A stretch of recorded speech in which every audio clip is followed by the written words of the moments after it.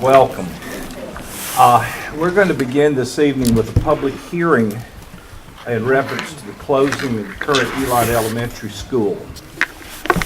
Can I have a motion from board member, please, to go into public hearing? I make a motion that we go into public hearing on the Elon Elementary School closing. Second. All in favor of the motion, let it be known by saying aye. Aye. Opposed? Okay, at this time, I recognize Dr. Thorpe.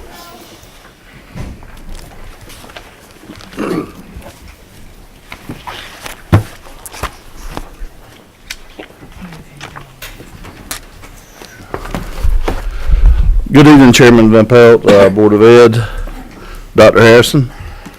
As we look at the study regarding the closing of the current Elon Elementary School building, once students are moved to a new elementary school to be constructed by Elon University, there's 4 areas that we got to take into consideration. One is geographical condition. Excuse me. I said I didn't need a cough drop. I may need one for the day it's over. The new school is, the land that's been selected for the new school is by approximately 1.5 miles from the current school. Really no impact. Anticipated impact on enrollment. At this point, we see no impact in enrollment. Inconvenience or hardship. Students moving to a new school will not result in inappropriate inconvenience or hardship to students, and having students in a brand new school will be a benefit to us and to our students. Cost of providing the new school facilities. There's no direct cost to the school system, as school construction will be borne by Elon University. So those are the 4 points that we have to take under consideration. So in light of the clear benefits of the school system and the students, the administration recommends that the Board of Education approve the closing of the current Elon Elementary School if Elon University constructs a new elementary school and once students are moved to the new facility. This time, have public comments. Were there any public comments given to you? I have no forms filled out for speakers. Is there anyone that wishes to speak to this? Over here, center, to the right. Then that would conclude the public hearing. Okay, the public hearing, do I have a motion that we adjourn the public hearing? So moved. I'll second. All in favor of the motion, let me know by saying aye. Aye. Aye. Opposed? Then we are finished with the public hearing. At this time, we will begin our regular meeting. I'd like to call this meeting to order and welcome everyone that is here tonight, which is a sizable group. And thank you for coming. We have some dignitaries among us, and the first is a very large group. It's the Elon University Education Students and Fellows. Can you all raise your hands, please, if you're in that group? Wow.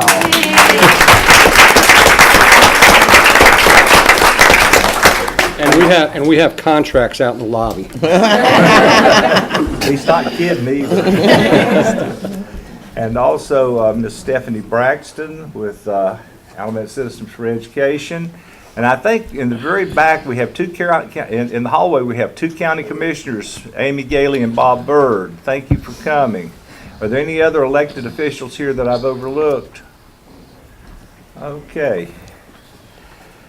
Now this board meeting can be seen on Spectrum channels 5 and 10 every Wednesday at 7 p.m. and every Saturday at 10 a.m. And did I miss anything, Anderson? Okay, very good. So at this time, we're going to have a moment of silence, and then Ms. Pam Thompson is going to lead us in the Pledge of Allegiance. So let's have a moment of silence.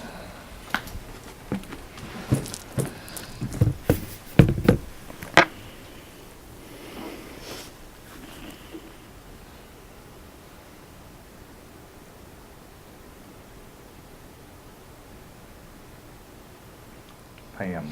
Okay. As Americans, let's stand and honor our great flag. I pledge allegiance to the flag of the United States of America and to the republic for which it stands, one nation, under God, indivisible, with liberty and justice for all. Thank you.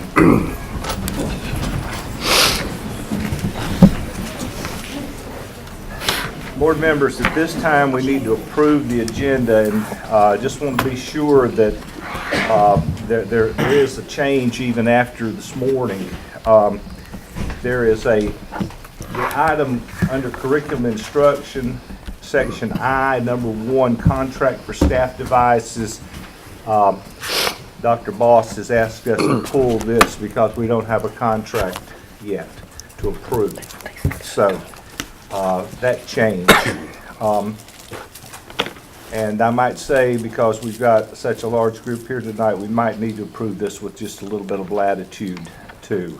I don't foresee a problem, but if we can approve it with some latitude. Make a motion, we accept the agenda as mentioned in the change. Second. We have a motion to change, motion second. All in favor of the motion, let it be known by saying aye. Aye. Opposed? Okay.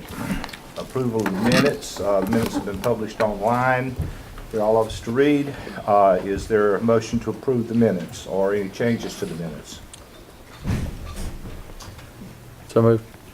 You have a motion to approve? Second. Motion and a second. All in favor of approving the minutes, let it be known by saying aye. Aye. Opposed? Okay. The next is approval of consent items. There are 2 consent items. The first for the Burlington Link Transit request, and the second for the acceptable use policy revision, second reading.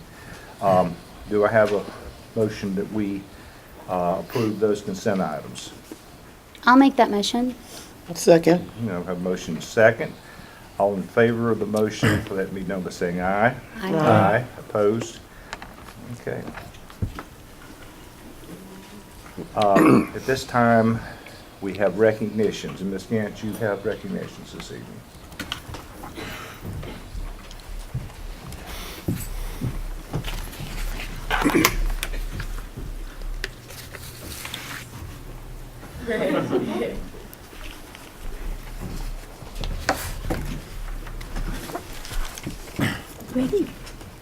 Good evening. Welcome to our September meeting, and this is the first chance we've got for the new school year to do recognitions tonight. So I'm very pleased that we have some outstanding staff members to recognize tonight.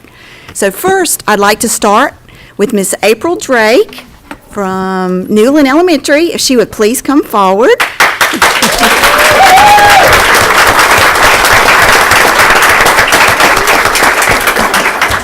So Miss Drake, at the end of last school year, was named the Alamance Burlington 2016-2017 Mentor of the Year. This is a huge honor. We've got a little plaque. You would like to hand that? And the best words about why she's so deserving of this award came from the nomination packet that folks wrote in about her. So I'd like to read a little bit in their own words about why she's so special. Ms. Drake is an exceptional voice of reason with our mentees.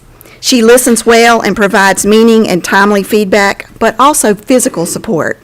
She regularly rallies the troops and finds others to help and support as specific needs arise, so that her mentee has varied experiences and adequate support.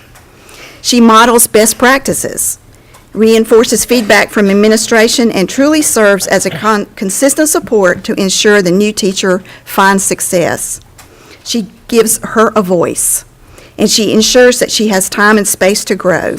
She's a tremendous leader in our school, and her role as a mentor, is just one example of why she is so outstanding. And then in her mentee's own words, April Drake has gone above and beyond her duties as a beginning teacher mentor this year. I honestly would not have realized that, except people kept telling me how great it was that I was one of her mentees, and it comes to her so naturally. On countless occasions, teachers have congratulated me in my good fortune in being assigned to her as a mentee. because of her kindness, her professionalism, and her supportive attitude.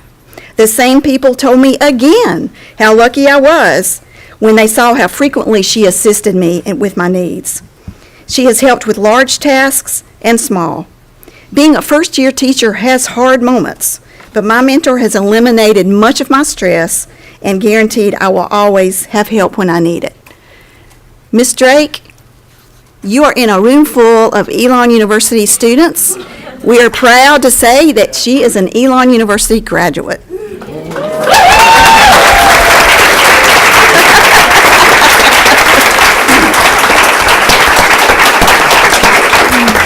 So first and foremost, on behalf of the board, congratulations. What an honor. I'd like to know if your mentee just happens to be in the room tonight. Yes. Just stand up and be recognized, little Miss Mentee. There you go. So cute. So all of you wonderful young Elon students, we provide amazing mentors for you. So get those contracts when you leave tonight. Did you bring any family with you? I know your principal is here. Family, husband, children. School staff. My husband and my son Tristan. So stand up. And then my Newland family I've been with for 18 years. So let's have husband and son stand up first, because it takes a village. And then I lost it. Let's have our our Newland family stand up as well. Yay, Newland. Thank you. Would you like to say anything? Sure. Okay. I really just want to thank Laura Hollister because she nominated me, and it was amazing the friendship we built. And I just want to say to any teachers out there, don't be afraid to go to your mentor. You know, I told Laura from the beginning, I don't want you to look at me as another person who's judging you. That's not what I'm here for, so I'm not going to harass you. I'm not going to keep up with, make you come talk to me or anything. So she really seeked out time with me, and we spent a lot of time together. And of course, Mr. Conti, my principal, Ms. Hope, my assistant principal, they're very, very supportive, and my whole Newland team, I couldn't do it without them. I wouldn't do it Newland for 18 years if they weren't the best team to be with. Congratulations.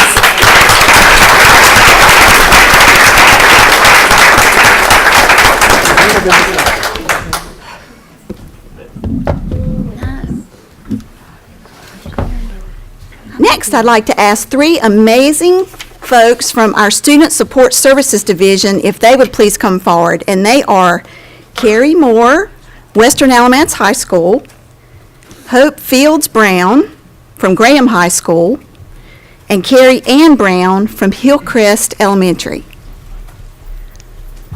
Now, what makes these ladies so special is Carrie Moore was named the Alamance Burlington 2016-17 School Counselor of the Year. Hope Fields Brown from Graham High School was named the ABSS 2016-2017 School Nurse of the Year. And Carrie Ann Brown, down on the end, from Hillcrest Elementary, was named the 2016-2017 School Social Worker of the Year.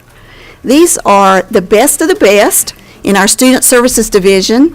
And once again, I'd like to read you just a little bit about what makes these folks special directly from the hearts and the voices of the folks that nominated them. So, let's start with Carrie Moore. She's the lead counselor at Western High School. Ms. Moore is a valued and respected member of the counseling department and actively engaged in the life of the school. As a counselor, she sets high standards for herself and her students, provides a supportive environment in which students can thrive, and strives to assist each student reach his or her full potential. She manages her role very well. She has a great deal of responsibility in assisting students as they prepare for life after high school.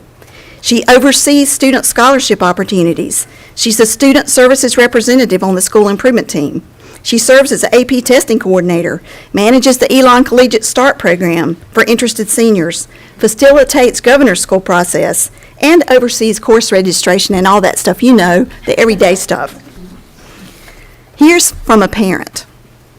I now know for a fact in my heart that Carrie is an exemplary counselor, being able to work with students that are so different in their approach to life and to school. I now know Carrie, have known her for over 6 years, and I can say without a doubt, she will always stand by the student, with the student, and for the students at Western Alamance High School. She is there for them, and I know it. As a parent, I could not have asked for more or expected anything more. Congratulations, Carrie.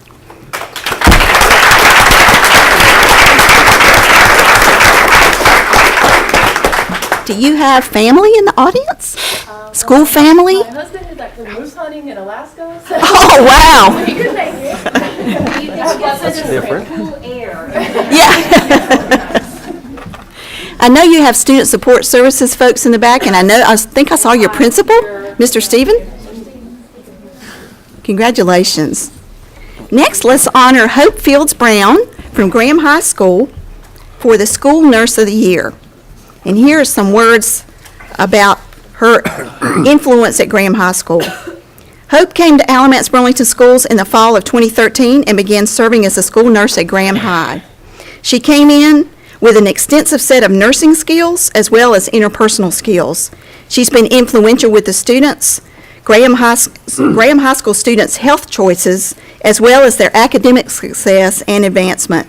She recognized the scope of her practice quickly and began a plan to ensure the safety of the students and to enter emergency medical plans for students with challenging conditions. Her biggest accomplishment has been the implementation of a club at Graham High called Graham's Anatomy. It's for students interested in the medical profession. She expanded the traditional school nurse role to include college and career aspirations and exploration. She reviews applicants and chooses students with the academic potential and interest to pursue a medical career. She then sets rigorous standards for each member and monitors their academic performance. We have 30 students who are in the club. This year, they were invited to Elon University to participate in the dissection of sheep's eyes and got to see the physician's assistant program. There have been multiple field trips over the last 2 years, and the club has the students focused on their goals of having a career in the medical field. Ms. Hope Fields Brown has had a significant impact on the lives of students at Graham High. My daughter is a member of the Graham's Anatomy Health Club, and I've observed Ms. Hope's dedication and commitment to the students to bring them to a higher academic standard. She's provided life-changing experiences that have encouraged and gifted passions for medicine in my daughter. My daughter's always dreamed of being a pediatrician. She had the opportunity to visit Elon University with Ms. Hope's Graham's Anatomy, and she was thrilled. Since then, I've seen her excited and thinking about the medical profession. I can see that she has excitement about things that she's learned. She received her first stethoscope on a field trip and has learned how to use it properly. As a parent, it was one of my proudest moments. I can't thank her enough for fielding such an impactful and significant club. My daughter is only a freshman, and this has been a life-changing experience. Ms. Fields? Thank you.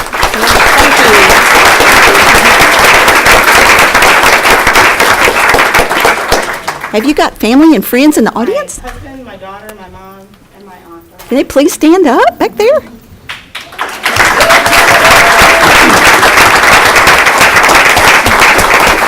Congratulations.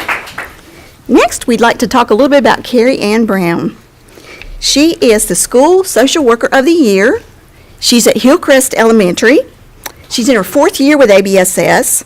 Previously, she served North Graham Elementary and Smith Elementary. And this is her first full-time year at Hillcrest alone, correct? And she is a graduate of UNCG. Carrie Ann is an excellent candidate for School Social Worker of the Year because of her compassion and her can-do attitude.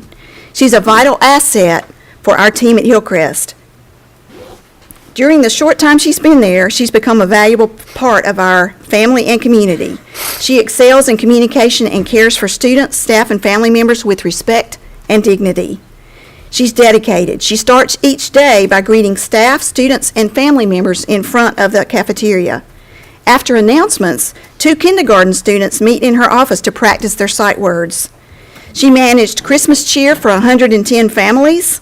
She runs the food backpack program that provides meals for students weekly. One family had missed the cutoff for Christmas cheer, and Carrie Ann felt compelled to help that family even though it was last minute. She managed to reach out to staff, went shopping the last day before Christmas, and delivered gifts to the family. She also found out when one of our students didn't have food at home, she made a home visit to deliver food. During that visit, she discovered they had some needs for mattresses and furniture and a full-size refrigerator. She made it happen. I believe the positive connections she makes with students and families, whether it's delivering groceries, Christmas gifts, or helping remember sight words, leaves a lasting imprint on their lives. Congratulations.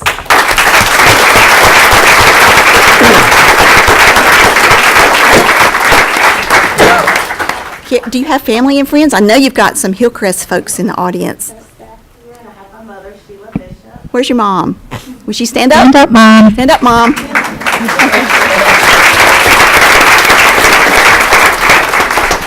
Wells, my principal. Yes. Chandler, our assistant principal, and Kim Yarborough and Dr. Northwood. Thank you so much for being there. Anytime our whole social work group has a question, they're right there to help us out. And the Hillcrest staff is just amazing. I couldn't do what I do without them. They're great too. Ladies and gentlemen, congratulations to the best of the best.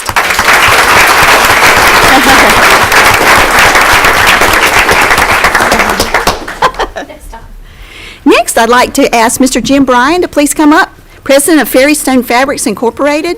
Jim is going to give what? Yeah, you're done. He's going to give a brief update on the Career Accelerator Program.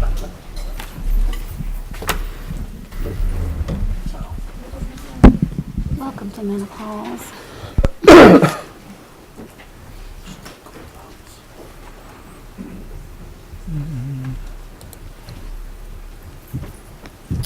Good evening, everyone. To the board. It's my privilege to be here for the third year in a row to report on the progress that we are making in our Career Accelerator program, the apprentice program for Alamance County.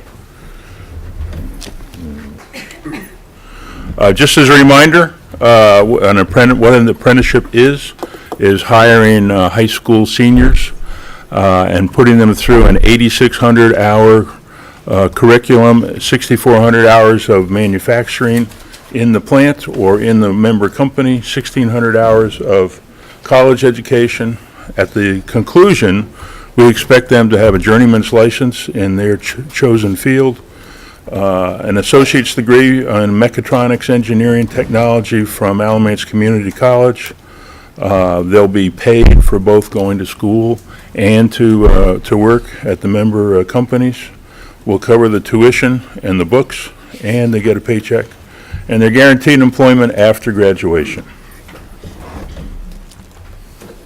Mechatronics is not a single item. You can see here that it creates courses of study in manufacturing, consumer products, automotive, aerospace, medical, defense systems, and many other things.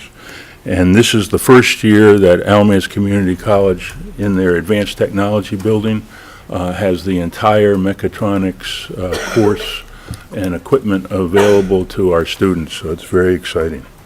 On October the 6th is National Manufacturing Day, and I hope anybody and everybody will join us at 11 o'clock for the grand opening of that advanced manufacturing facility. We are very interested in making sure we pay a competitive wage, so you can see the scale that all member companies stick to, from summer internship, which is a 6-week internship where they take 2 courses at Alamance Community College and then work for us as well, so we get a good test of both the candidate and they get to test us, so we make sure that we have a good candidate going forward. Right now, when they graduate in 3 years, Justin and his class, the first class, are guaranteed a minimum starting salary of $36,400, and that'll escalate up as time goes on. Here's a comparative study that was done by NCTAP. That's our sister organization in Raleigh. And if you take a 5-year program of an apprentice versus a North Carolina State engineering student, the key number there is the NCTAP apprentice earns $121,000 during that 5-year period, where the engineering student at State ends up with approximately $37,000 in student debt. Here's a picture of the new advanced manufacturing area. And we maintain and refine every year the selection process to make sure that we get the best candidates with the highest probability of success. October is going to be an active month for all of us. We will visit every high school and host student-parent meetings at 6 o'clock. We'll have representatives from the company and hopefully an apprentice and/or one of their parents with us to answer questions and discuss their experience in the program. The application process is about to go online, and we've learned over the last couple of years that the more information that we get up front, it's better for people like Jenny and Robin and Liz, so that they can coach us through the process and we can make sure that we've got the right candidates on board early on. Facility tours start actually in about 2 weeks. So this year we're going to change it up a little bit. Normally we do 2 sessions on Saturdays. The feedback from the apprentices in last year was that's too much. It's 2 2-hour sessions and we burn them out.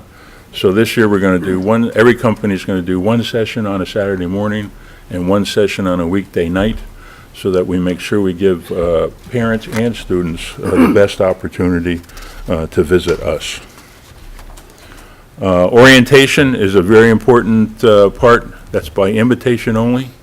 It's a 4-night, 4-hour sessions where we take those candidates through academic testing, personality testing, team building, model making, writing, all sorts of things that are important to make sure that we get the best candidates that we can get. After the internship, there is an internship after that, and again by invitation only, and that's a 6-week orientation during the summer, where they come to work full-time for us, and then, as I said previously, take 2 courses at ACC that they get that credit for whatever they do going forward if they choose not to join us. And in that program, we're looking for skills, we're looking for commitment, and we're looking for interest by those candidates. When you look at the academic side of the requirements, these are the minimums that we are looking for. GPA of 2.8, community college placement tests for those that are either homeschooled or not in the Alamance Burlington school system, and the courses Math 1, 2, and 3, and everything below. And that's one of the reasons that this year we're going to start recruiting more heavily in the elementary, middle school sectors, so that parents and children have the ability to plan their future and be on board when they get to the appropriate time. Additional requirements, we're looking for positive attitude, dedication, commitment, discipline, willingness to learn, and communication skills. The additional benefits that we see that we're told by our current apprentices, they're developing new friendships, camaraderie, networking, mentor relationships. Every company has to have at least one mentor inside the company, and a lot of them have multiple mentors in the various specialty areas that the apprentices go through. They're making money, they're incurring expenses, and when we get to the friendship camaraderie, we know there's some conversations going on about some of these guys getting an apartment together and get out of the house and get away from mom and dad and start their lives in a proper way.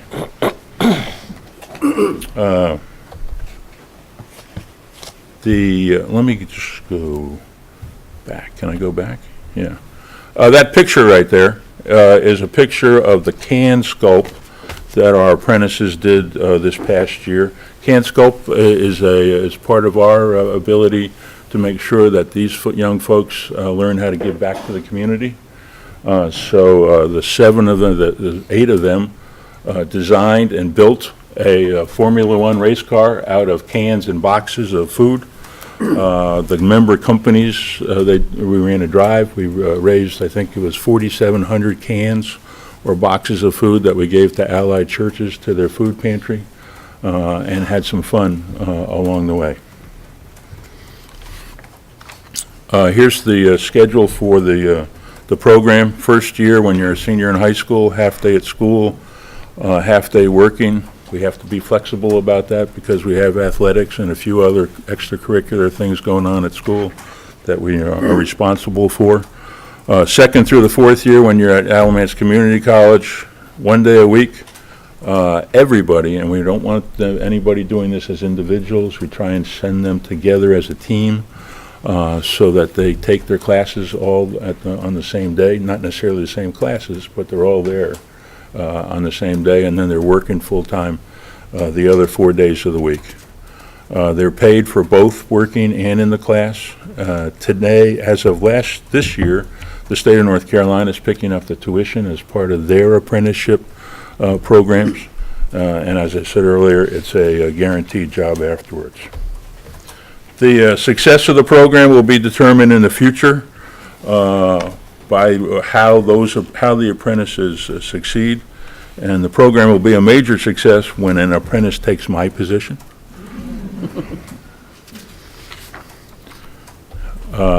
These are the current opportunities. These are the compiling of all the jobs in the 7-member companies that we're looking for and that we expect them to take and get their licenses in. Here are the member companies. There's one new one up there this year, AKG. We're also actively recruiting other companies and have 2 or 3 other additions that should be in position for 2018. We couldn't do this by ourselves, so here are the partners: the Burlington School System, the Alamance Community College, the Alamance Chamber of Commerce, and NC Works. That's was under the Department of Commerce. Now it's under the Community College System. That is the state organization that's responsible for apprentices. We have sister organizations as well.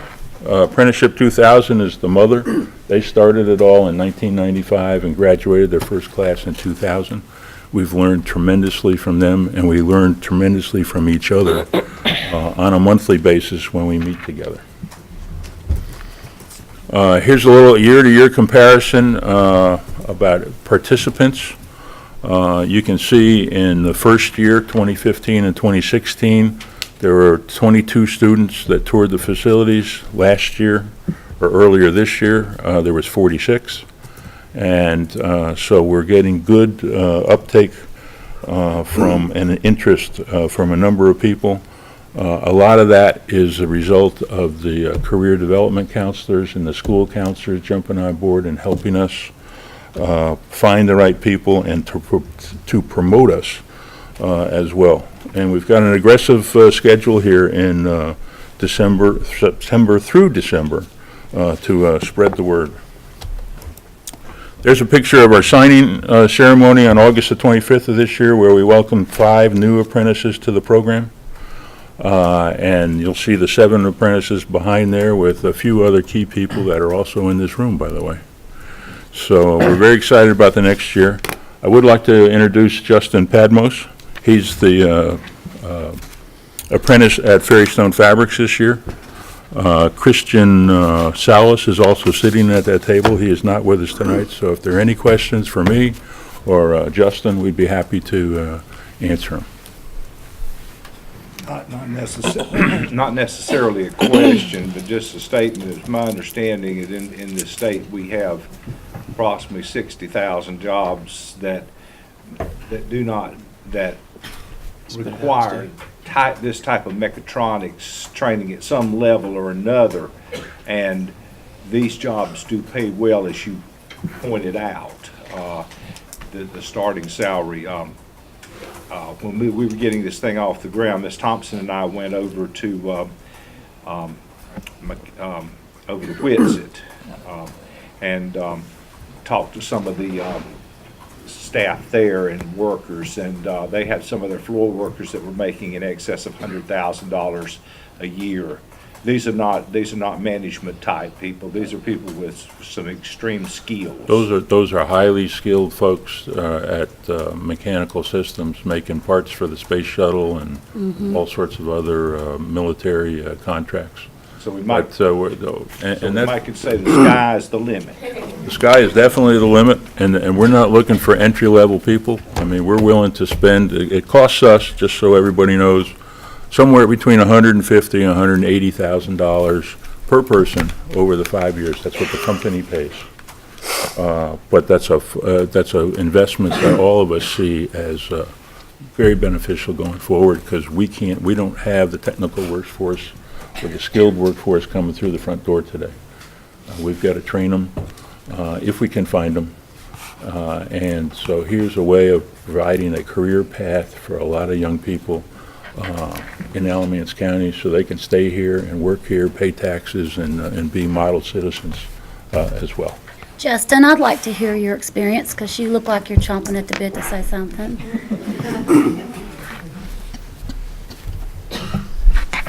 Good evening, everyone. Like I said, I'm Justin Padmos. I'm the second-year apprentice at Fairystone Fabrics. And my experience is, honestly, it sounded too good to be true at first. It's like, all right, you're going to pay for my schooling, you're going to pay me to be in class, and you're going to give me a job when I get out of class. What's the catch? There's no catch. I didn't have to sign a contract saying, hey, even if I don't like it, I have to stay. If I ended up not liking it, I could leave, but fortunately, I love it. So, and like when I was talking about earlier, I could be $20,000 in debt right now, but instead I'm 20 years old and I'm house shopping. I filled out my 401k paperwork 2 weeks ago. It's going pretty good compared to most 20-year-olds in college. So.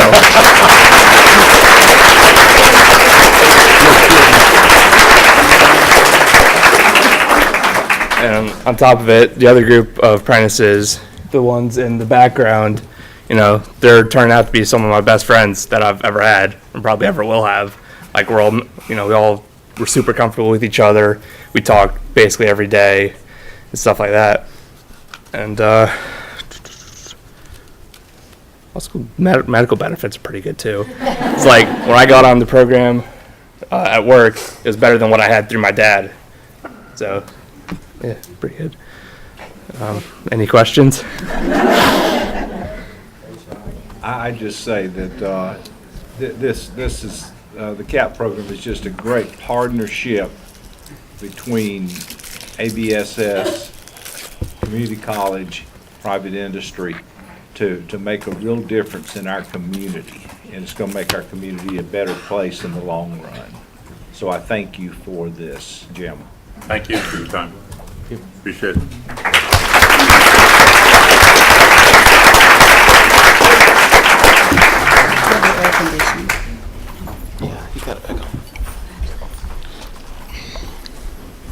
If some of you folks that maybe are sitting on the floor or standing at the back would like to come down, we now have some seats. Temperature's gonna drop. It's starting to get cooler.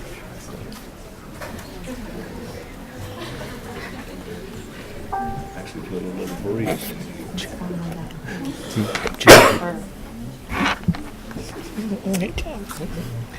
There he is. The next thing we have for our agenda tonight is public comments. Did you have any public comments? Okay, we do not have any public comments this evening, so we're going to move right along with board comments and superintendent comments. And I think we'll just start, I usually start it, but I don't want to start it tonight. Brian, why don't you start it tonight? And just come up the row and skip Bill and I, and then this end, and then I'll be last, and Dr. Harrison will wrap it up. I don't have too much tonight. Looking forward to some of our conversations later in this agenda. I would just like to also extend a welcome to the Elon students that are in the audience tonight.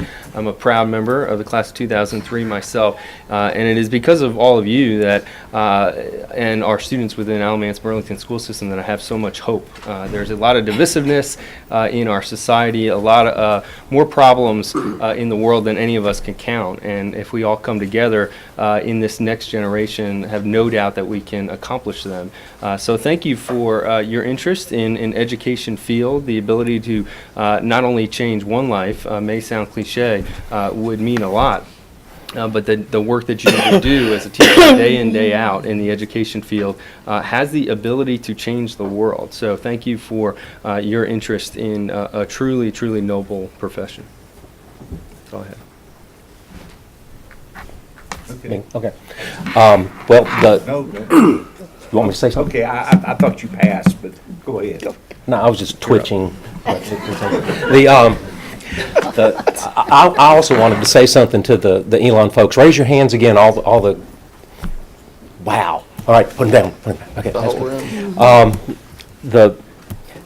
I was a proud member of the class of 1979 at Elon. That was back when Elon was all on the southern side of Haggard Avenue, except for the gymnasium, which I know you can't even imagine now. The pantry had a screen door. It was a little tiny school then. It's really amazing now. But I was graduated from Elon in '79 and taught school for 31 years, and most of those years here in Alamance County. And I can tell you right now, not only have you made a great selection for an education department, Elon is top flight, but you've also chosen the greatest profession known to man. And I know that sometimes you might get a little bit scared thinking about facing down a room full of kids and teaching, but the teaching profession has changed so much since some of us went into it, like I and Steve got into teaching a little bit sooner than I did, and Dr. Harrison maybe even further back than that. I can't remember though. But when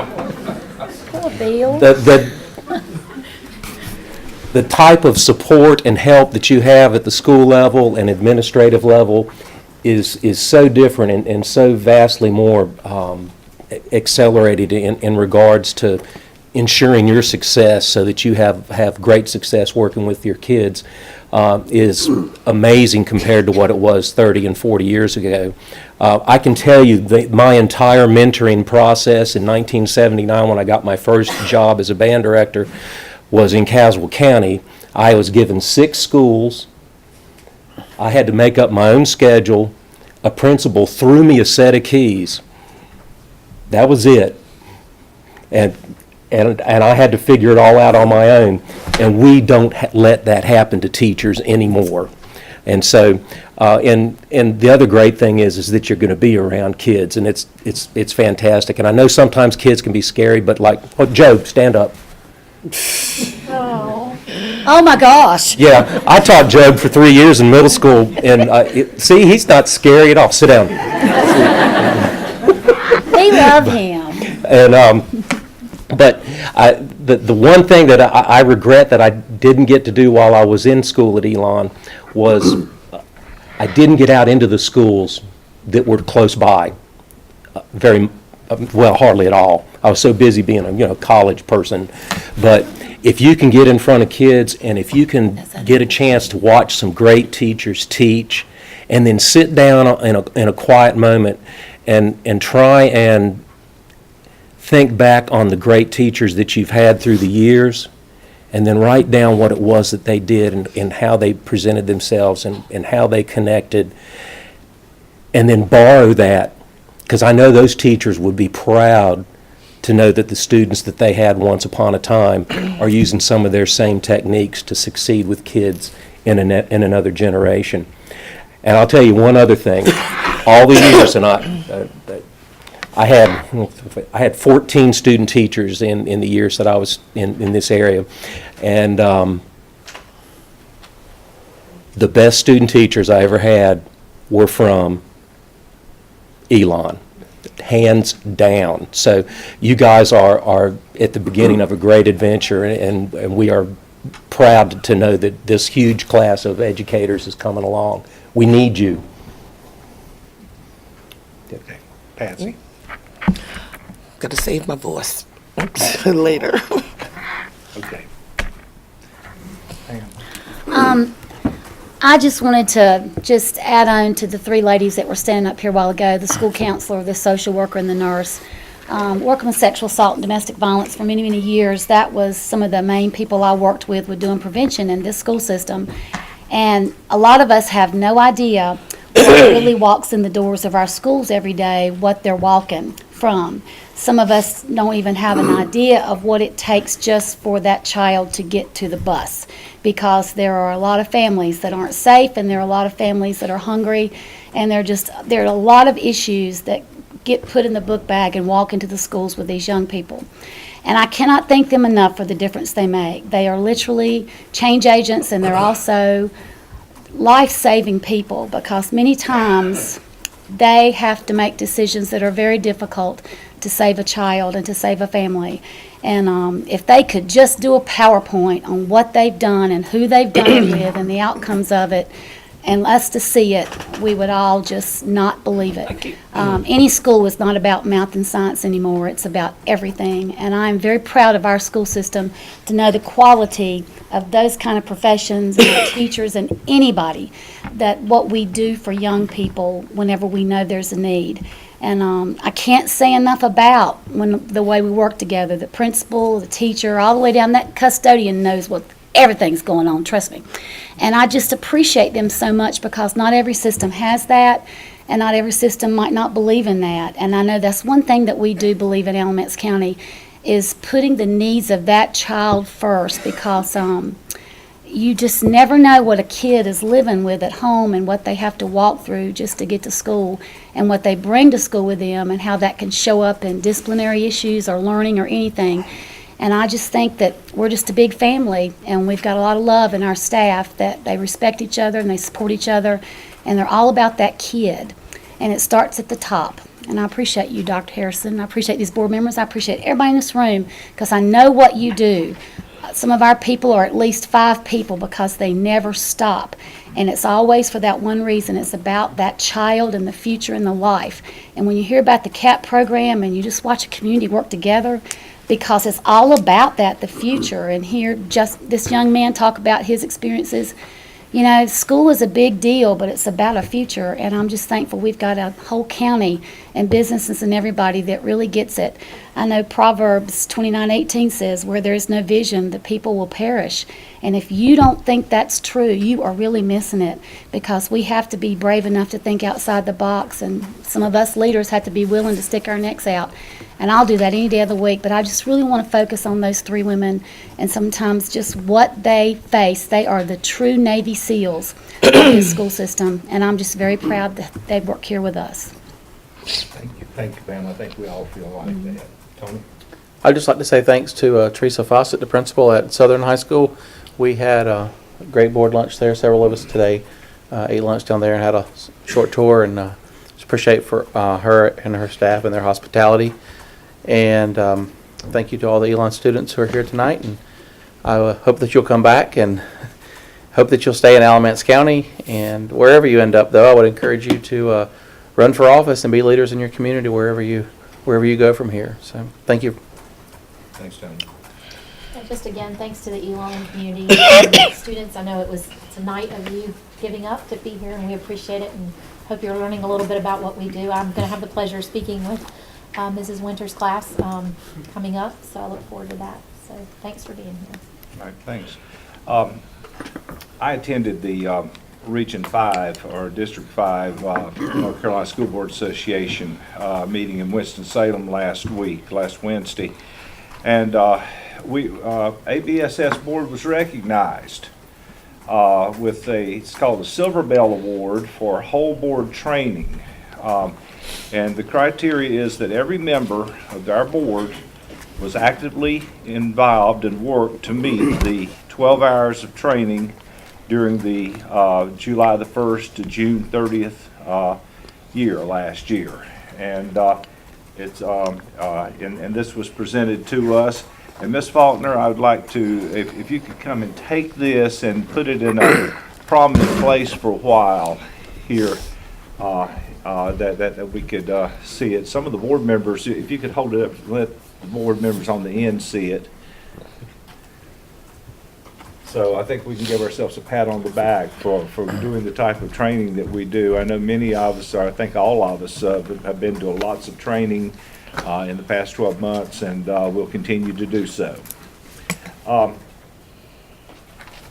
There's some notes from District 5 during one of the sessions I thought was appropriate, because when we had our breakfast last week with the county commissioners and our legislators, we touched on a lot of things, a lot of items that are going to be coming up soon, and got over to Winston-Salem, and we're talking about the same thing. We're talking about House Bill 13.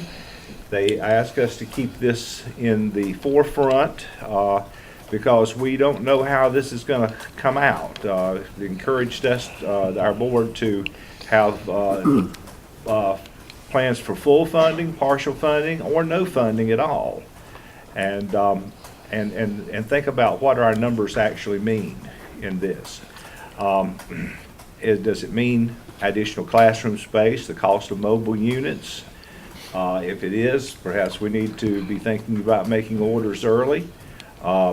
Zoning ordinances. I hadn't ever thought about zoning ordinances, but I guess some of our towns might have something there that could possibly stand in our way. To look at calendar options, student reassignments, and possibly grade reconfigurations. So there were some of the things that they talked about under that portion that I thought we covered pretty well with our commissioners and our legislators. And it had some hot topics. One was the school bond, the $1.9 billion that I think has been through the House but is stuck in the Senate's Rules Committee. And we would, I've asked some of the board members, and I'll ask all the board members now, as well as the administrative staff, if you've got some photos that would help perhaps the North Carolina School Boards Association to sell this to the public, please send them to me. I know Pam sent me some already, and I took some today down at Southern High School of some of our kids sitting outside eating and not in the cafeteria.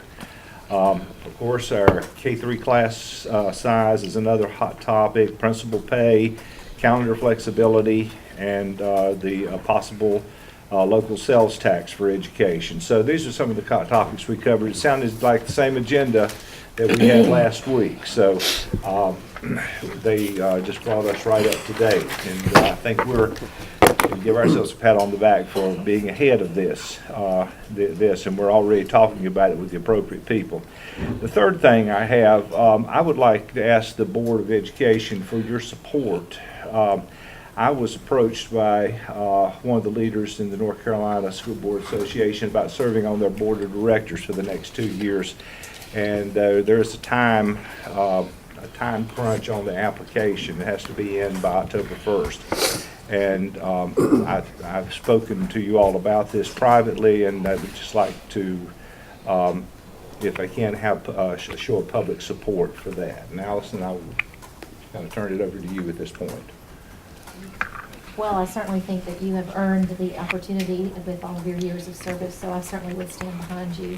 Do you need a motion for this? Yeah. Okay, so I'd like to make the motion that we support Steve Umpelt and the request to serve on the North Carolina State School Board Association board. I'd like to second that. Is there any further discussion?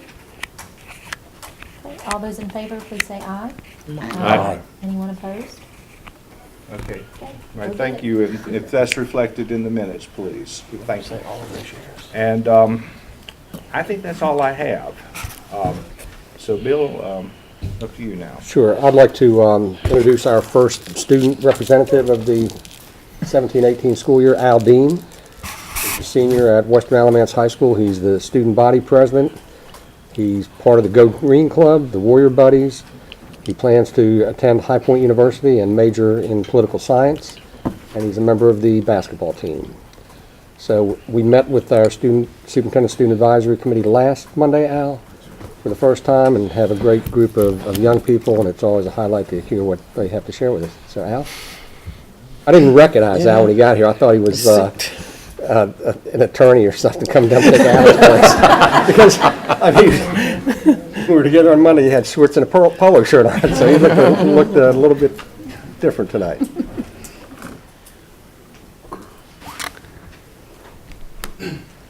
Good evening, everyone. My name is Aldine Jr., and I'm the student body president of Western Alamance High School. As a leader, it's very important to lead by example. Mr. Stevens, Mr. Nieberg, Ms. Marsh, Mr. Collins, and the staff set that standard for us. Student Council is a very involved group in every school. These last 2 years has been a very positive thing for Western. Before, we didn't have a functioning Student Council. Now we do. I stand here before you all very optimistic about Western's future. The impact of this was especially on display at the beginning of this school year. As we began the school year, many natural disasters occurred in our country. Our schools, Interact Club, Student Section, and Students Council came together to get our community involved in raising money for those affected by Hurricane Harvey. We raised about $600 in a week and sending that to save their children. These efforts showed how Alamance County people felt about natural disasters. They gave at the school events, at the morning drop-offs, at the pickups in the evening. This is something we are proud about, and we can actually say that we are proud to be warriors. Another thing is we are happy to work with other student councils. For example, we're working with Jobert Williams, where we're going to have a Peach Fuzz tournament for schools, which is boys playing volleyball and the girls are coaching. A suggestion is to increase the involvement between schools. For example, we could have a collab day. We give our students and teachers and staff the opportunity to work with other students, teachers, and staff. Finally, we thank you, Dr. Harrison, for giving us this opportunity to come to you and express our feelings.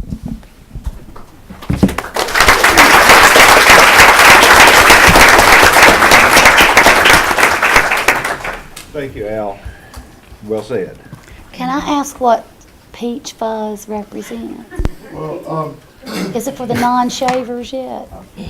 I honestly didn't know because this is my first year here, but I came and I wrote student council and they were, we're going to play Peach Fuzz. What's Peach Fuzz? They said it's when guys play volleyball and the girls coach them, so we're going to have like guys come sign up. And our volleyball team, the girls will coach it. And then we'll play Williams. We'll probably beat Williams and then we'll go. Trash talking, that's good. It's like powder puff football, but this is the volleyball version. So are y'all gonna shave y'all's legs and everything? That's too much information. Okay, moving along. We don't have anything under operations. Administrative and Student Services Policy 4710. Welcome, Mr. Robinson. Okay.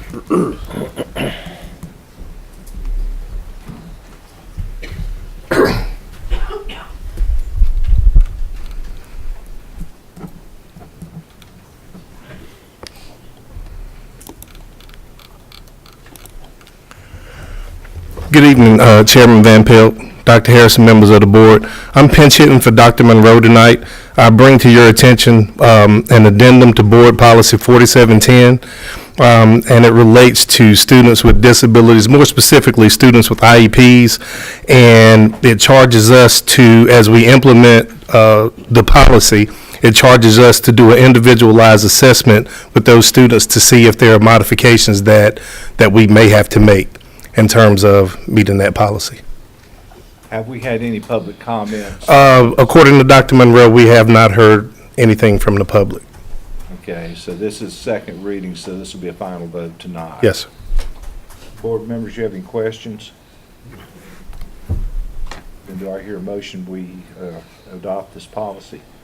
I move we approve staff recommendation changes to policy 4710. Second. Sorry. We have a motion and a second. Any further discussion? All in favor of the motion, let it be known by saying aye. Aye. Aye. Opposed? Okay. Thank you. Got that.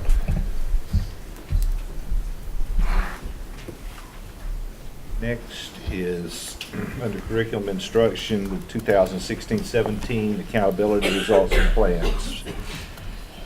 Welcome, Dr. Bost. Thank you. Good evening, Chairman Van Pelt, members of the board, Dr. Harrison. As you know, a few weeks ago, the state released publicly the results from the 16-17 school year that represent one way that we are measured based upon performance and growth in English 2, Math 1, Biology, Reading grades 3 through 8, Math grades 3 through 8, and Science grades 5 and 8, and other academic indicators such as the cohort graduation rate. Given that at the launch of our strategic plan in actually 2014, and after that, college and career ready began to take on a new feeling and meaning in Alamance Burlington. It no longer meant just scoring the highest levels on a standardized test, particularly since tests aren't given in every area and reported publicly. But in addition to that, this is based upon the state's recommendation to the federal government of the changes to the accountability model under ESSA. This is likely our last year that this accountability model will be as such. Therefore, we found it important to depict the progress that we've made, and in some cases, lack thereof, in areas since we launched the strategic plan and gave lots of effort and attention and carefully aligned everything, including our budget and decision-making, with our strategic plan. So this presentation not only includes the quantitative data around our results, but also the data that some of the data that we gather to measure our progress in our strategic plan. As a reminder, these are the assurances we provided in 2015 when we gave an update, and you'll note the first line is every student will graduate college and career ready. And I can't emphasize enough how much more important it has become in Alamance County for us to make sure that our students don't just leave us being good test takers and able to score a 3, 4, and 5, but are ready for careers and college and their next step, whatever that next step is for them. And in addition, our acknowledgement continues to be that we have a long way to go to meet the need of every child in our district. And I don't know that we will ever be satisfied, or I'll speak for myself, that we will ever be satisfied with the results we post. We will always want more and better for our children. So when the release was held on September 7th, it was publicly reported that our college and career ready percentage went from 39.4 to 43.1 since the implementation of the strategic plan. This is an example of an area that we would love to be much higher in. Grade level proficiency, which is students' scores that are posted at 3, 4, and 5 in those areas that I mentioned earlier, rose from 49.3 to 52.5%. And if you're interested in how that compares with the state, in the college and career ready, we had almost 1 percentage point more growth than the state, and in grade level proficiency, 0.3%. On the right-hand side is depicted the actual scores that were posted that were an increase in grade level proficiency and college and career readiness. I believe that's just under 1,000, yes, for college and career ready test takers. And in 2017, 79.4% of our schools met or exceeded growth. That compares with the state's 73.7% of all schools across North Carolina meeting or exceeding growth.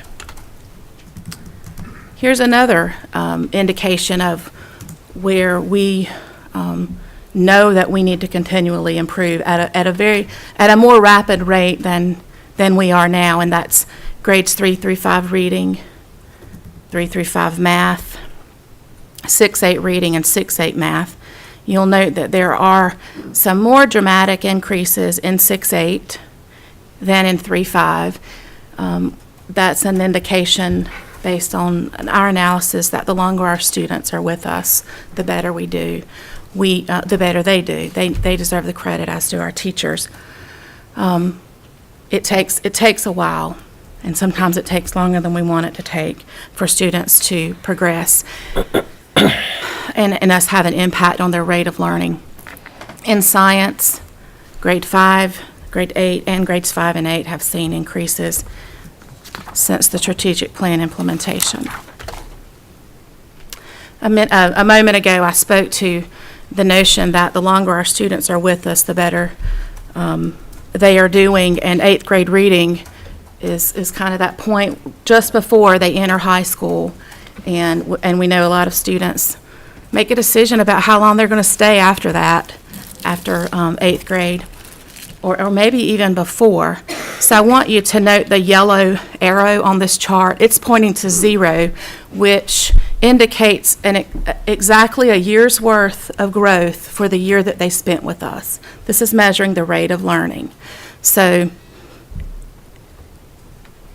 the extent to which there's a bar above that 0 indicates an increased rate of learning, a higher rate of learning, more than a year's worth of growth occurred, which is what we want to achieve the gains we want.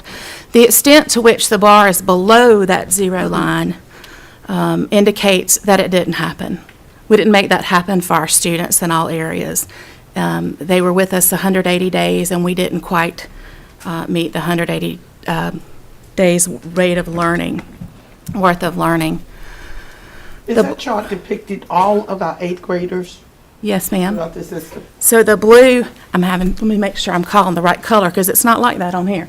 The blue bar is our 1,500 or so. We actually have a couple hundred more than 1,500, but just for the sake of simplicity, 1,500 8th graders for all 3 years, 2014, 15, 15, 16, 16, 2013, 14, 14, 15, 15, 16. 3 years, our previous 3 years since implementation of our strategic plan. All of our 8th graders those 3 years, and the rate of learning. And then the red bar indicates this year's 8th graders and their rate of learning. The reason there are 5 sets of these speaks to our efforts to meet the needs, as we've promised our community and our stakeholders, of each child, not just a certain group of students. So they're labeled A, B, C, D, and E just because it makes it easy. And A would represent those students who historically have struggled the most. And E represents the students who historically have done much better than their peers. And the bars in between are the students who fall in between that. And it's our charge, and the charge of our strategic plan per the goals that are in it, and strategies, that we meet the need of every child, and this is a good representation of that. I would add that if you look at this breakdown in 4th grade, we don't see as marked an improvement. They haven't been with us as long as we need them to do. Over time, we want all of our data to look like this for each of our students at all grade levels. This is the very same depiction of those very same students in 8th grade math. Dr. Boss, can I just ask you a favor? We hear growth, A, B, C, D, E, F schools and all kind of stuff. Just for the sake of, there may be some people in this room that doesn't get the concept of growth. We're not talking about height and weight. Could you just kind of give us just an elaboration of what you're referring to when you talk about growth? Yeah. In North Carolina, growth is measured based on here's the score that Angela should hit based on how she's previously performed. It might be a different score for Mr. Feely because he's performed better in the past. And if I meet that score, I have met growth. If he meets his score, he's met growth. And you add all those together and you get the rate of learning that happened in a school. Okay, thank you. So it's different for every child, and it depicts the rate of learning, not just that you went up 5 scale score points. And it just doesn't put them in a clump. They're individual, which That's is right. so important because every kid is their own individual. Okay, And thank it's you. based on previous performance. So if I score, if I'm 0 on the chart, that means I made a year's growth. Yes. Okay, so in looking at this, it looks like, and the blue columns are the average for 3 years, for the previous 3 years. Correct. Okay, and then the red bars are for this past school year. This past year. So this middle of the road, I'm not referring to children as that, but this middle group almost achieved exactly a year's worth of growth for a year's worth of instruction on average the past 3 years. And in 16, 17, they were well below, above that at 2.5. So in looking at your very top group, which is the E group, that's the college-bound AG kids, ones that are likely to score 5s. Sometimes. Yeah, 4 5s. And for the previous 3 years, they're at a minus 1.6. In other words, they're probably passing their test, but they're coasting. Yes. As far as growth. And then this past year, we've got a 1.1 growth. So that's growth beyond a full year's growth. That's correct. Often people want to know, well, what does that mean? How many students is that? And it's so complicated that I usually just say it's just how far above the line it is. But I'm glad you pointed that out, because in that set of students, we've defeated the misconception that you can't grow your highest performing students. They need our attention too. And where we get this A, B, C, D, E, F rating is the state's proficiency, which is different than growth. Yes. So we can have students growing at leaps and bounds, but still not meet proficiency standards. Yeah. So it is a dual matrix, and we're much heavier on proficiency by the state, graded currently, than we are by growth. 80%. And that is why we, as a board, have advocated to have a larger growth percentage than just by mastering a test per se. So I think Pam made a good point about clarifying what growth is, but I think people also need to understand what proficiency is. And that's really what's measured on that test when we talk about scoring 1, 2, 3, 4, correct? Correct. And 5. So when we look at this chart, as you just explained, in growth, we've got students that are meeting growth and then going beyond their years of growth, which is very impressive. Thank you. Yeah, probably in the D and E groups, if those students are just left to their own designs, they're probably going to pass the test. So, and I think this is a good example, as Allison said, the kids are growing, and that's what we're after. And in previous years, not so much. And this year, in some of our grades, not where we want them to be. We need them a little bit longer to keep making, and hopefully more and more progress with them. Can you go back a couple slides? One more. One more. One more. Okay, now, this one, no, right there. The numbers on the right-hand block, on the bars, are those total number of students that, is that number of students like 15,048 and 15,825? Number of scores. Oh, number of scores. So that could be the reading scores and the math scores in 3 through 8, plus the science scores, Yeah. plus the assessments that are given at the high school level. Correct. Every 8th grader is in there 3 times for science, math, and reading. Okay. I just wondered where that number came from.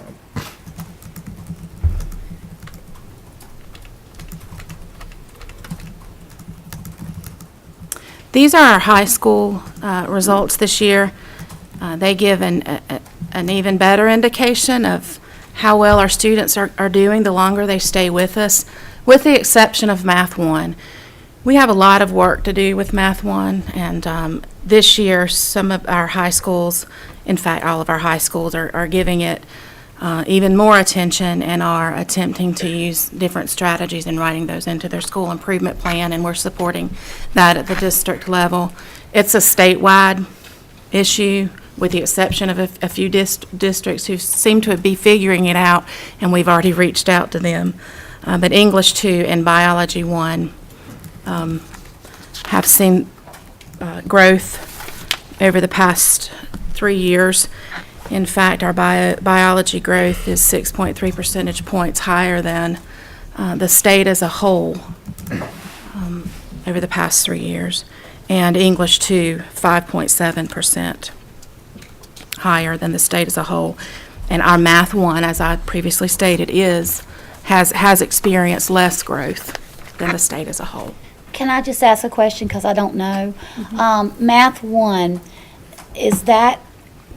are we struggling with Math 1 because we might be struggling in middle school and the preparation of getting them ready for high school in that? I mean, what are we thinking that's coming from? It's a lot of different factors. Much of it has to do with the standards that are assessed on the Math 1 state test, and the things that we work on with our students in grades 3 through 8, with the standards in grades 3 through 8. If there are gaps anywhere, plus if during the Math 1 curriculum they need to access something that they first learned in 4th grade, Right. it makes it even more complicated than an English 2 or Biology 1. Gotcha. So that's just something that we just need to continue to keep working on. Building that foundation. Any further questions for Dr. Ross?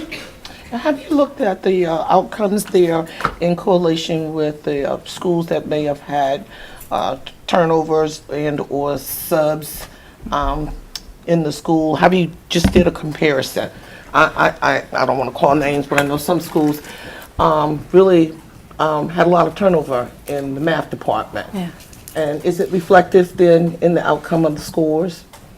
I haven't analyzed those data. But I do know, and I believe I know, that the turnover in Math 1 teachers, it's difficult. Not that our other content areas aren't, but it's difficult to keep Math 1 teachers sometimes. But I don't have those data.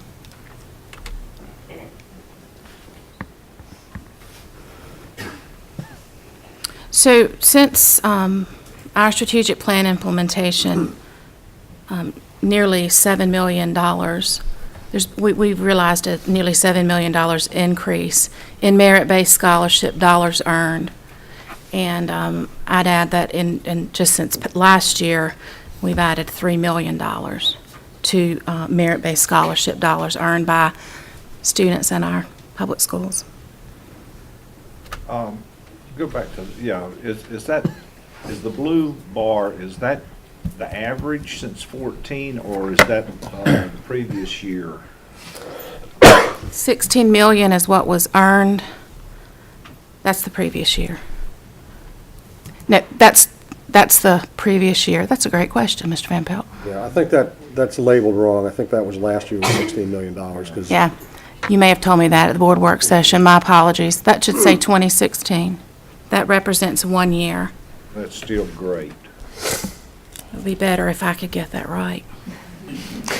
I actually did earn a scholarship. Okay. And it wasn't that much. So much for the And I might not doctor. have earned it, I'm not sure. And then I'd add that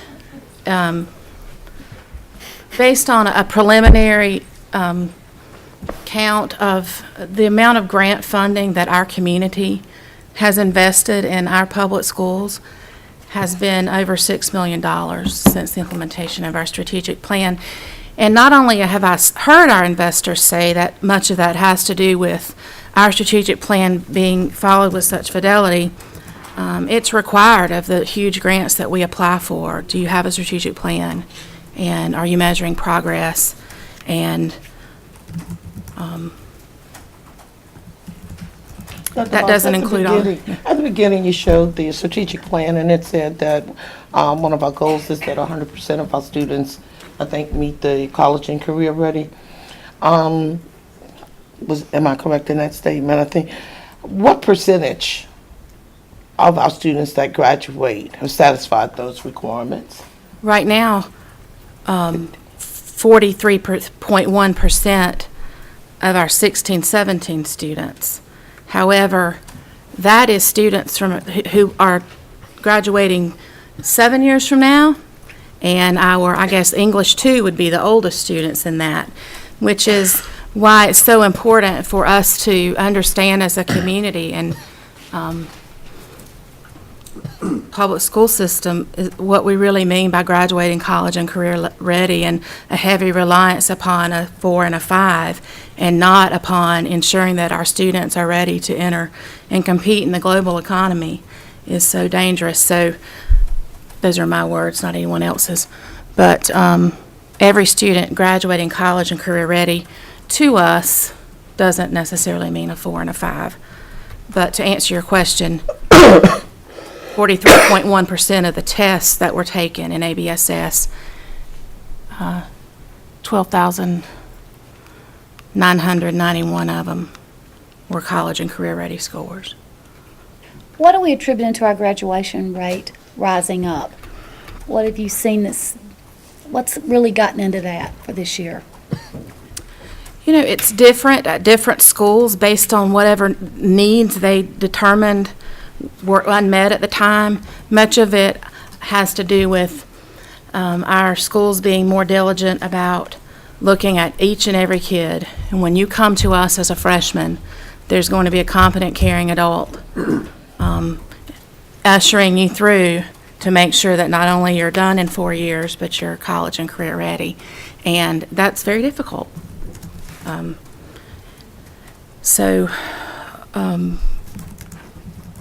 I'm not sure if all of our high schools have written a goal into their school improvement plan about that. The ones who have the lower cohort graduation rates have been asked to.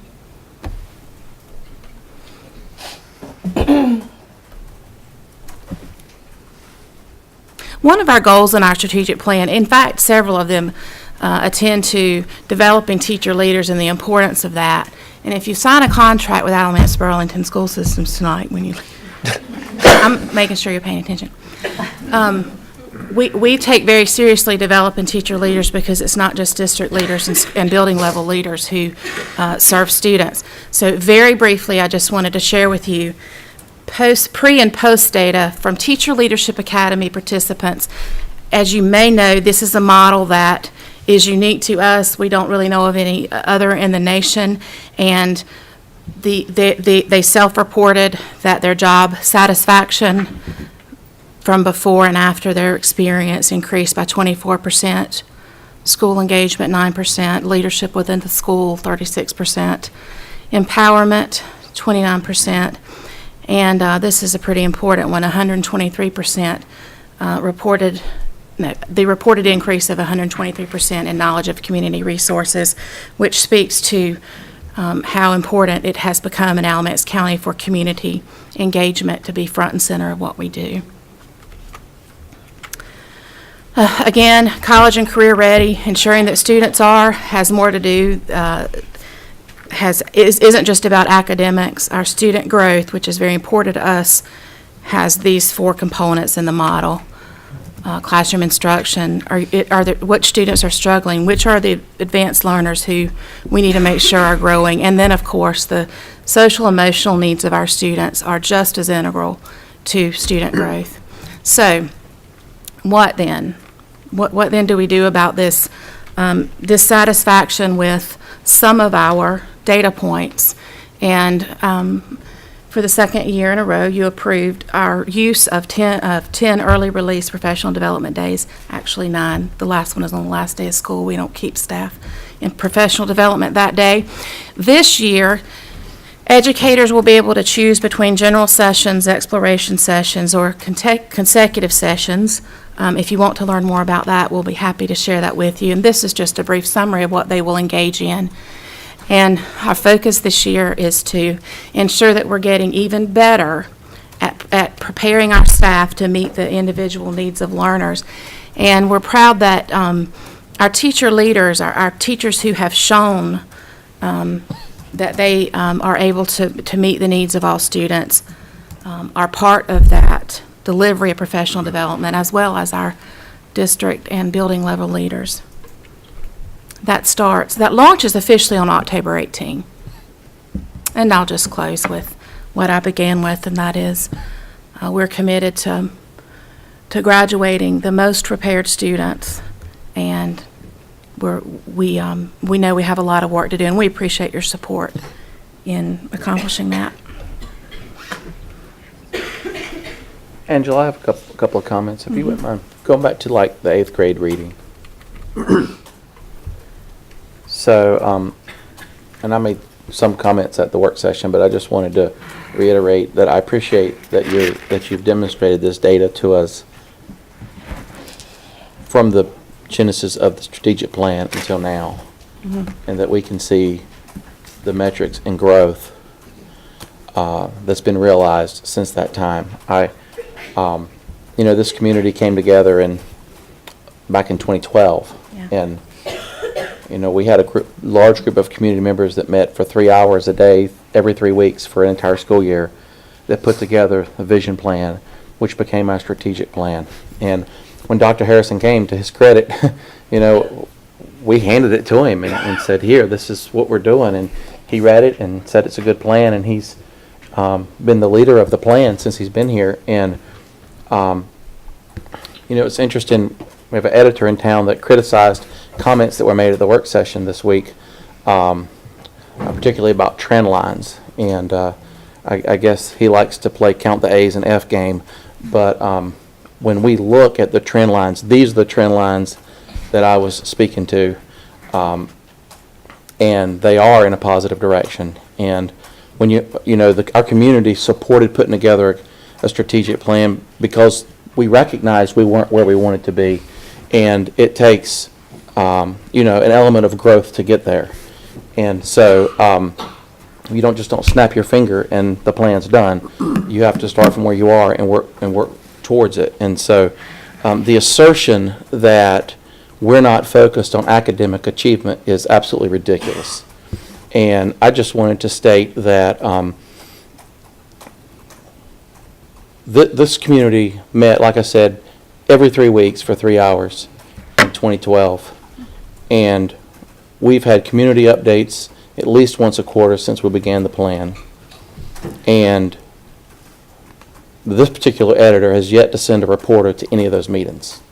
So we have another meeting this Thursday of a ABSS strategic update, and I'd like to see that editor present, and to see you can sit behind the typewriter and say that we're not focused on academic achievement, and you can say that the trend lines aren't there because you're only focused on these measurements that come out of Raleigh that are not focused on growth. But to look at our principals and our teachers and our students that are working their tails off and are achieving academic achievement in what they're doing, it's right before your eyes if you're willing to look at it. And I appreciate the effort the leadership has put on the strategic plan and all the work that's been done across the board. Like you said, the community members that have donated so much money, Impact Alamance has been incredible with what they've given the schools, and what's going on at Graham and STEM is incredible. What's going on with the Teacher Leadership Academy is unprecedented. And our strategic plan and our vision plan, people like to put in quotes and editorial pages as if they're meaningless, but they are models for other school systems that are asking, how did you do that? And so I just wanted to commend you and the staff, and don't get discouraged by what some people who are not present write.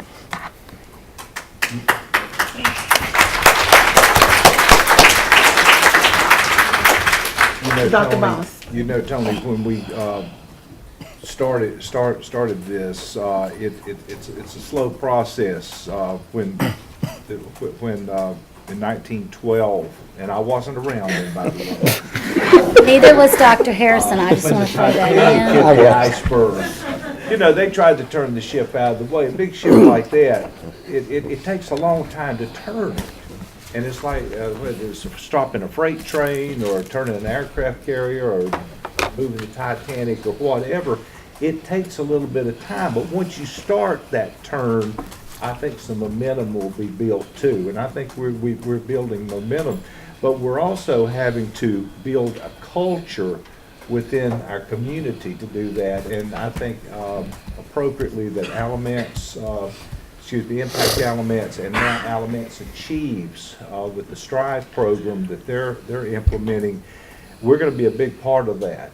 And they're measuring this in long-term gains. If you look at Cincinnati, which was one of the first cities to implement Strive, they've made amazing gains, but you're looking at 10, 15 years out.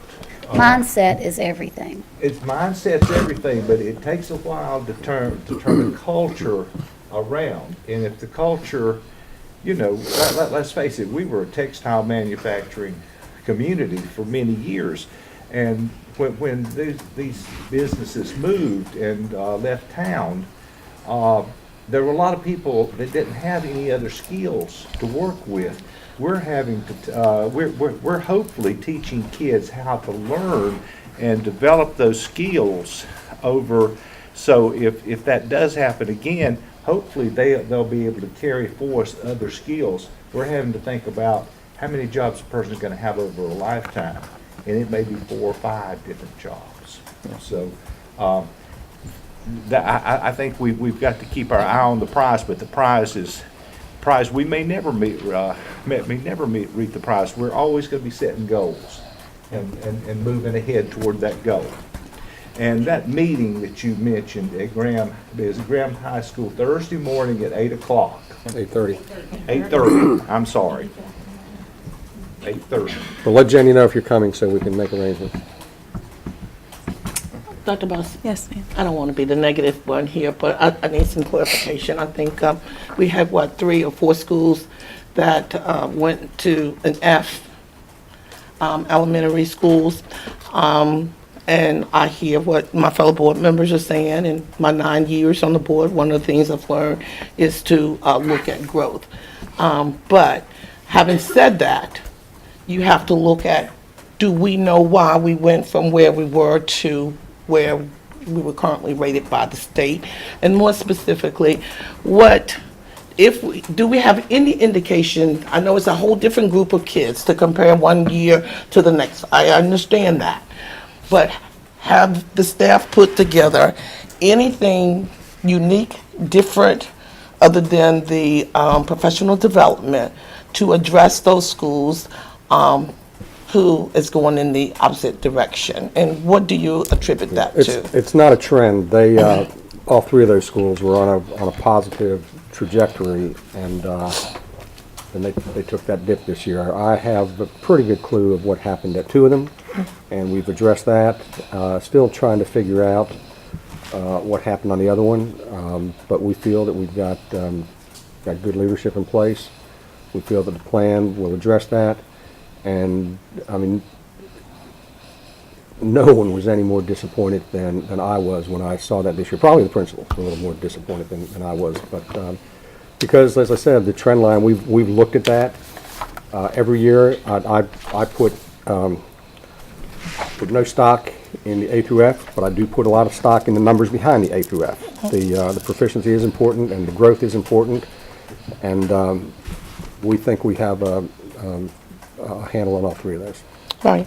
And by no means am I trying to be the negative person here, but in order to, the reality is, we can talk about growth all we want. Proficiency is the standard that the state is using, and that's the standard everybody used throughout the state of North Carolina. So I'm just trying to be very specific and direct. I appreciate the growth in the areas where we're getting the growth, but we just can't sit up here with blindfolds on and not address the areas if we know specifically what's causing that drop. I mean, I can look at 1 or 2 of the schools and pretty much figure out what happened. But I just wanted to make sure that, we just not up here cheering, that we're out there on the football team actually doing something to move the ball down the road. I'm very impressed with the high schools this year. I don't think we had any with the less than a C. which is great. And I see Miss Charlotte Holmes back there. And I also called over, I'm not sure if she's here, to ask a question. Is it true that Cummins High School has had growth or met growth or exceeded in the last 4 years straight? I know that in the last 3 years they have. Because I didn't see anything in the newspaper. Mr. Rose talked about the newspaper, but I felt really bad when the article came out that there was no acknowledgement whatsoever of the great strides that if you just follow Cummins High School for the last 3 to 4 years and see that rate of growth, it is just tremendous. And for it not to be in any of the articles, I don't know if we did a press release or what, but to fail to publicly acknowledge that was very disappointing to me. And it's also my understanding that Cummins High School also had the second highest growth rate of any high school in the state. If in fact that is true, I don't think the principal is out here. I would like to acknowledge that and to commend them for that type of performance. So it's not all negativity here. We got a long way to go. And I've been here for 9 going on 10 years. And it's good to, I appreciate everything that you're doing. But at some point you got to pinpoint exactly the cause and effect and try to address those. I appreciate your efforts. Thank you. And I agree with you, Patsy, and I think that the Alamance Chiefs, that Tyrone Hooker, former teacher here and state teacher of the year, and I think probably the runner-up for national teacher of the year, she's heading that group up, and that Alamance Chiefs is going to be addressing a lot of that with birth to 5. That to me is a big thing. I hope that everybody's been reading a little bit about preschool and how important it is to achievement of achievement of our kids, and achievement is the test scores. So, And I'd just like to acknowledge our social workers and stuff. A dear friend of mine from high school goes around the state. She's retired from Catawba County of their Director of Student Services, Mary Morin. Had spoken to our preschool about toxicity in the home of children from 0 to 3 and how it shows up when kids start coming to preschool or that kind of thing. The tremendous effect of a violent home, a drug-infested home, a poverty-riddled home, it gets on kids and affects them. It really does. And she recently spoke to our social workers just to, if anything, to support the cause and the mission that they do, how important that home is. And I dare say that, you look at the home, you look at the kids, you look at the result. It is very difficult with some situations. And I'm just glad that she was able to speak to our social workers, which are on the front lines, and also different things. And I believe our school counselors just recently had a big training on human trafficking at the Alamance County Sheriff's Department, which please don't think it's somewhere else. It's down in another state. It's 2 roads over. I promise you it is here. And it will consume our children if we're not on it. I was at a gang task force training one time, and this sweet little lady asked Brandon, she says, what street should I not drive down so that I will be safe? And he said, any street, because we're all a street away from something, and we need to not act like it's not us, because it is us. And when we act like it's not us, it will eat us alive. You have to be prepared for things like this, even if it's not there. But I promise you it is. We have to be on our guard. You will never defeat your enemy if you don't recognize who that is. So I'm just so proud of our student services for really manning up and getting ready to take that on, because our kids are suffering from that big time. A 5th grader does not have a Prada handbag. Somebody got that for her. So be on the lookout and be the eyes and ears of this community. You could save a child's life. I get to preaching. I'm sorry, it's just the prevention in me, but I know what's out there, and I know what our student services face, and we have to be real diligent about that and be warriors ourselves. I'm sorry. I just want to say to Patsy's point, Patsy, I think you made a very good point. I don't think any of us on the board aren't aware of the need to address those challenges in those schools. So I think we all are aware that we do have improvement. It's great to celebrate our successes. I think Cummings was a great example, and thank you for sharing that out to the community tonight. And I know that our staff is trying to address what can we do better. So thank you for pulling that little piece out this evening for us to all be aware of. Yeah, you stole my thunder, Allison. I was gonna say, Pat, thank you for saying what you said, because I think that we all agree with the sentiments that you've made, and I appreciate you pointing it out, and I really appreciate Dr. Harrison and staff already having recognized that and looking and seeing where problems exist and what needs to be done to change it, and to say and to print that we are not about that is to ignore what reality is. We are about that, and we are about growth of every child in education that's in our school system, no matter what school they're in, no matter what their home life is about. And I believe that our teachers, when they go to school every day, they are about the kids that are in their class, and they love them, and they want them to learn. And there are challenges, no doubt. But I appreciate what's happening in our school system, and I don't appreciate what's being written about our school system. And Dr. Boss, I know you don't like the spotlight on you, but you and your team are smoking hot when it comes to grants. Grants are extremely competitive, and they just don't hand them out. And I really appreciate your ability. That says a lot, because that's money that you can really put to work that you might not have ever had, and the trust that that grantor has in our school system, because we prove ourselves worthy. And I appreciate your ability and your dedication. Thank you. I know we need to move on, and I've got a whole page worth of notes, and I couldn't have said it better, so I'm going to put that back in my back pocket and just applaud what Mr. Rose said, and couldn't have said it better myself, so thank you. I certainly echo those comments. There was some good in that one article. The next day, I happened to be taking my 5.5-year-old shopping for her Halloween costume. She's already looking forward to Halloween. And she said, "Daddy, what are you going to be for Halloween?" I had no idea what I was going to say. Well, that same editorial called me an extraterrestrial because my comments were so far out of this world that I must be from another planet. So now I have at least a good answer for when my daughter says, "What are you going to be for Halloween?" It's going to be, I'm going to be E.T. So I'm going to not say any of these notes, echo what you said, except to reiterate, double down, and say even more clear than I did in the work session, which is I'm very proud of this system. From Dr. Harrison, everyone here in central office, our school level leaders, the staff at each one of those schools, and certainly every one of our teacher leaders for what they do. The growth is jumping off the page in terms of college and career ready. It is incremental. It may be slow to some, but it is plain as day. And the reason is a sharp, focused execution on a strategic plan. So if we continue to focus on execution year in, year out, in every budget conversation, in every decision we make, we can continue to see this growth.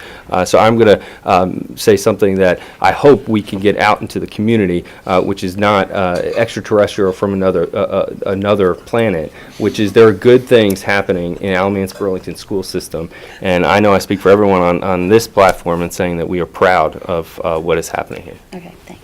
Okay, thank you, Brian. Thank you, Dr. Boss. Thank you. Excellent presentation. Thank you. Thank you. And next we have summer programs, Dr. Farrell, Dr. Manis, and Mr. Lane here. He was. Oh, he's out there. Oh, yeah. Somebody needs to tell Mr. Lane to come in. One problem with growth. Angela, will you get those slides to the press? Because they're not online. Oh, They like taking pictures. It's really hard to grow. Those kids, they out there want to watch Cowboys game. Yeah, so I gotta go. But see, statistically,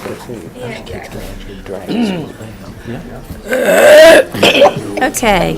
These things are horrible. Chairman Van Pelt, school board members, and Dr. Harrison, we're here to give you an update on our summer programs, as we've talked before.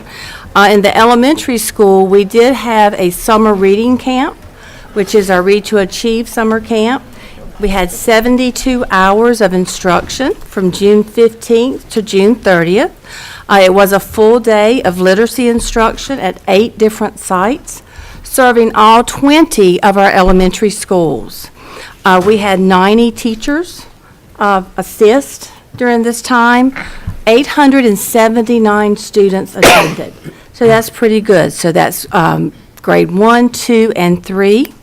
attended. Our Read to Achieve requirements for grade 3 was one of the areas that we tested. So this was a second chance, or actually a third chance, for boys and girls to pass, to go on to 4th grade in the 3rd grade.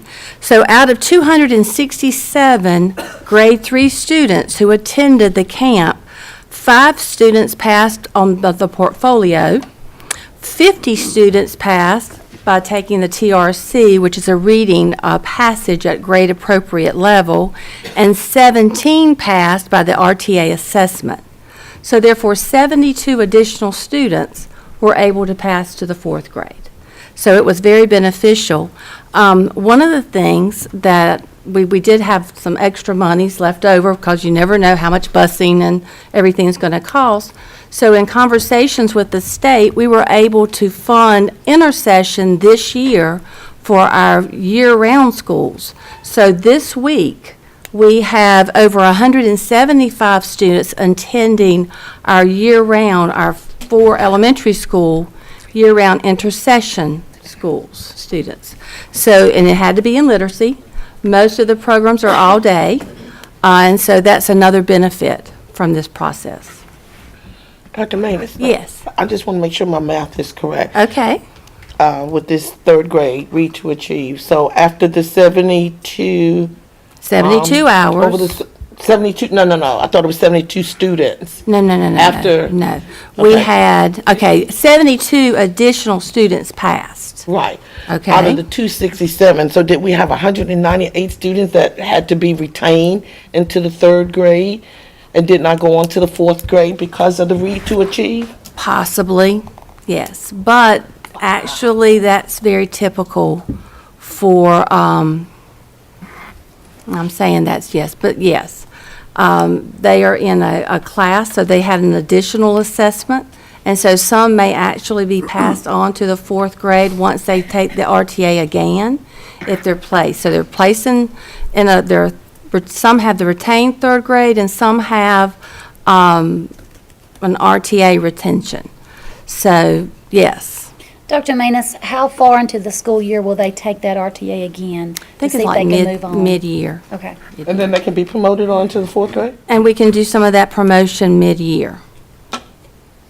But they have assessments and whatnot that they have to take throughout the year, Ms. Simpson, that are trying to get them at that special level of reading. I think I'm looking at it, that's a lot of students, but I'm looking at it from that over probably 9 classrooms of students and the impact on the grade level at each school. But think about, though, we have 20 elementary schools, 5 to 6 classes per school, okay?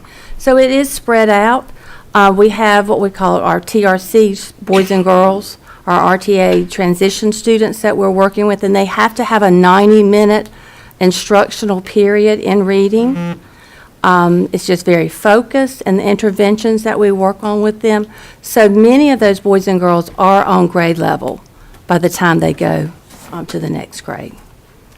So it's just very focused. This is what, the 3rd year? I'm thinking so. Dr. Boss, I believe that's right, 3rd year. I'm just wondering, has the state compiled any data to show, that's a lot of kids to be retained in over a 3-year period of time. Have they really looked at it and assessed whether the children are reaching grade level and improvement in reading by retaining them due to the constraints of this Read to Achieve? I mean, the one benefit that we have seen is that we're very focused on the data and helping students dismiss the gaps that are there in their reading instruction, and our numbers have gotten less each year. So we had less 3rd graders who had to attend summer camp this year than we had the year before. Yeah, but have you looked at those 3rd graders in the 1st class and they're now in the 6th grade to see, compare at how well they're doing? Is there any? I have not. I'm not sure if the curriculum department has or not, but I think what's something that we can important. That's a lot of cost, and that's a lot, that retention Right. thing and the study on retentions, and whether it's really benefiting the students. If you would take a look at those from the 1st class and those are now, and just see, is there any really growth there in that reading? Did they catch up? I think what we've done is we've become more sophisticated in what we do with the students. Retention in and of agree. itself doesn't work. Right. There are no data that say that. But we also know promoting a child who's not ready doesn't work. So what the General Assembly tries to do from time to time is find a silver bullet that doesn't exist. And I think what our principals and Jean and Angela and our curriculum folks have done is put together a nice plan and a way of trying to track these youngsters and keep up with where they are and do something a little bit differently with them. That's kind of transitional third, fourth grade. That's right. It's not putting the students back into a regular third grade. So I think the probability of us doing better than what a regular retention does is high. Personally, I'd rather take those dollars and invest in supporting the kids during the school year. I'm not convinced that you can catch a kid up in 72 hours after 180 days of school. We did that years ago with the initial ABCs. Many school systems went away from that, but the General Assembly decided 4 or 5 years ago that they wanted to do this. Are we seeing the group that's struggling in this particular thing that you're talking about, is it spread across our system, or is it more concentrated in some of our schools, or just hit or miss? Boys and girls from all schools are represented. Okay. Okay. Good evening, Chairman Van Pelt, members of the board, and Dr. Harrison. I'd like to share some information with you about secondary schools' summer programs. We ran a senior summer school in the month of June. We had 28 students enrolled, and all 28 of those students passed the course that they needed to graduate in 2017. And 13 of those participants came here and graduated in this room with you all in attendance. We ran our regular summer school with 121 students enrolled. Those 121 students earned 95 credits toward high school graduation. We also had a Students Discover summer camp where 30 rising 7th and 8th grade students participated in hands-on science activities, or a hands-on science activities camp led by Melaine Rickard and 4 other ABSS teachers. The camp ran June 19th to June 24th from 8 to 3:45 at CTEC Daily. We had an exploration camp this summer where 98 rising 8th grade students spent some time at CTEC exploring the offerings there. CTEC teachers participated in that. We also had 18 high school students who volunteered their time to come in and share their experience at CTEC with those 8th grade students. The camp ran from July 31st until August 3rd, half days Monday through Wednesday, and then a full day on Thursday with a trip to the NC State School of Engineering.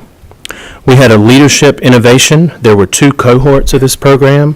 One involved 20 Graham High School students, and the second cohort involved 20 Cummings High School students on 2 different weeks from 9 a.m. until 3 p.m. daily. They participated in a young entrepreneurial type program through different businesses throughout the community. ABSS CTE teachers were trained to lead the students through the program, which included industry tours, business tours, presentations from those business partners to help our students better understand what it takes to own and lead and run a business. We had the ABSS Honors Institute at Elon University, where 26 rising seniors and juniors participated in a 4-week program from June 12th until July 7th on the campus of Elon University, focusing on civic engagement. 4 ABSS teachers and 2 teacher assistants led by Kent Bird, who was the director of the program, worked with the students daily from 8:30 until 12:30. Monday through Thursday, and then they had a theory to practice day on Fridays where they went out into the community to practice those things that they had been learning. The students and teachers will continue to meet throughout the 17-18 school year to keep the momentum going. Their first event was Elon home football game and tailgate not this past weekend, but the weekend before, when they received their Honors Institute shirts and started making plans for things that they're going to be doing throughout this school year. Dr. Farrell, I'm sorry, just quick. Hold on. The Honors Institute, has that turned out like we wanted? Are we going to make changes? Is it going to be similar each year, or you know, it's because it was brand new this year. I know Kent Bird is just the best. There may be different opinions in this room, but from my perspective, it turned out exactly the way we wanted it to. And we think that we are actually, there's a lot of buzz about it right now, and we think that we'll have a lot more applicants. We're getting ready, we're going to do the application process a lot earlier this year. We are actually getting ready to roll that out in October. And so, yeah, from my perspective, it was exactly what we wanted it to be. Will we consider extending the hours? I mean, like, morning to lunch, that's it? I mean, if I was in that, I'd want to go most of the day. So a lot of different things have been discussed with that from the start when the committee or the group first came together, which involved a number of people in this room. Dr. Harrison was involved in that, Dr. Boss. I see Dr. Francis is here tonight. There were a number of people who were involved in that discussion, and we wanted to start reasonably, I think, and where it grows, we're not sure. We've talked to everything from a day program to a residential program, although we've shied away from that and probably will continue to shy away from that. But there have been a lot of ideas brought to the table. So we hope that it will grow, certainly. Awesome, thank you. Yeah, go ahead. I just wanted to throw in that I had the opportunity to stop by the Honors Institute, and it was such a diverse, exciting young group of people, young students, and the energy was undeniable. So thanks to all who helped make that come to fruition. I think it's a great opportunity. Yes, it is. And all of our schools, I didn't say this, but all of our high schools were represented in the students. One of the, and I do have my question, but to piggyback on that, I had the privilege of seeing their final presentations where they went through design thinking process around certain problems. And the amazing thing to me about and following that program is the students got a deeper sense of how to think about and ask the right questions. They weren't seeking out the answers in the quickest way. The Honors Institute focused on leadership, broadening of perspective, and a way of thinking that focuses much more on asking the right question than trying to seek out the quick right answer. So from seeing that, I was pleased to be in the audience that day. I had a question. Of all the programs you mentioned there, could you take a guess? Without prep, you probably don't know exactly. How many of those programs do you think existed prior to our current strategic plan? Or Dr. Harrison, if you want to jump in there. We definitely did summer school, regular and senior summer school. The others I'm not sure about. I don't think the CTEC programs, I know some of the things that Mr. Lane's going to share with you in a minute we weren't doing. Definitely not the Honors Institute. Yeah. And I just asked the question, a key pillar within the strategic plan is our specialized programs. And certainly we're talking about comprehensive year-round and sometimes grade span in some of those cases. But that plus some of these other opportunities at all levels, but particularly at the secondary level, are the things that I'm convinced are very attractive to prospective families as they are thinking about whether or not to relocate or to start a family here in Alamance County and go through our public schools. Is what are the offerings outside of just the comprehensive education the students are going to get in the normal course of the school year in the school classroom. So I applaud these efforts. It's a really good update. Thank you. And I just hope that we'll take an opportunity to possibly have a round table with these young people. Because I would love to hear from them and let them shine. We're going to have, at maybe a work session or one of the night meetings when we don't have a heavy agenda, we're going to bring some of them in to let them do a report on their project. I had I wanted to comment on the ABSS Honor Institute. I mean, obviously extend thanks to Kent Bird, but I appreciate Dr. Francis and Bill making that happen. But I want us to all recognize that was something that came from the desires of our students, that was their idea. And I appreciate everyone that made that happen for them. And I saw the presentation with Brian, and I popped in like Allison did. And we had, I think our commissioners here actually came and spoke to those classes. And I think the folks they had in talking with them was really challenging their minds and the way they go about learning. And so that was awesome, and I appreciate that happening in that manner. I also wanted to ask you, Dr. Farrell, if you could talk about the summer learning that takes place. I was astounded a few years ago, and I'm glad we started recognizing the folks, our summer graduation is what I'm getting at. You know, Yes. that's a ceremony. Right. And I was pleased that we have the ceremony. We started doing that because I had no idea that we had so many students that just missed the mark at the end of May and June, but then with a little more effort could achieve graduation status. And I was so glad. That's one of my favorite graduations to go to because those kids and their families are so proud. It's just like a second chance for them. But a lot of work goes into those kids work hard. And I just can you talk about the rigor? How do we take them from where they are and get them what they missed so that they can have that status? What can you just speak to how they learn and what they learn and how we make that happen? So those students that you see in our senior summer school are one course short of graduating. Now, some of the other students in our regular summer school may be more than one course behind, but the senior students who come in during the month of June, the goal is to get them, it's not the last day of school that they still count as a graduate for that year, but it's the last day of the month of the school year in June. And so when we have students who are just one credit shy, we bring them in and give them an opportunity through our online learning. This year it was Edmentum. They had an opportunity to come in and do some work through our Edmentum program, which is used throughout the school year. But for those students particularly, it's an intense focus for more than just a 90-minute block as it would be during the regular school year. They spend a significant amount of time each day working with someone at the school. Usually there's at least one teacher and sometimes more who are involved in that, but they work to get that course completed in a shorter amount of time.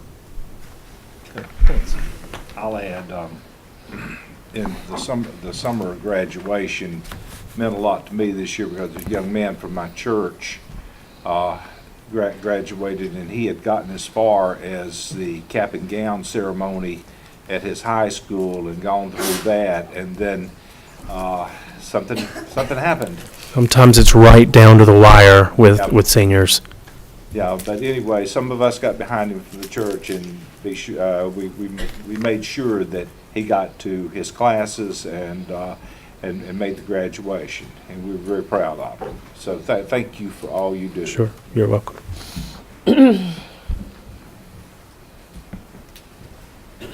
Good evening, Chairman Van Pelt, Dr. Harrison, and board members.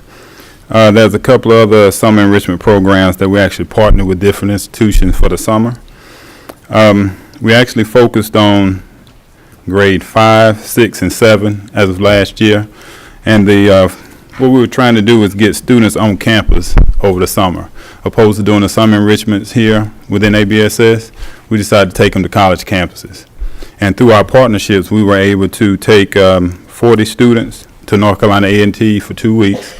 They were actually in the hydroponic STEM camp and actually worked in the biology labs, worked under 2 professors, one from North Carolina Central, one from North Carolina A&T. And these students were actually some of our top-notch students throughout the district, and all 6, 7 middle schools are represented.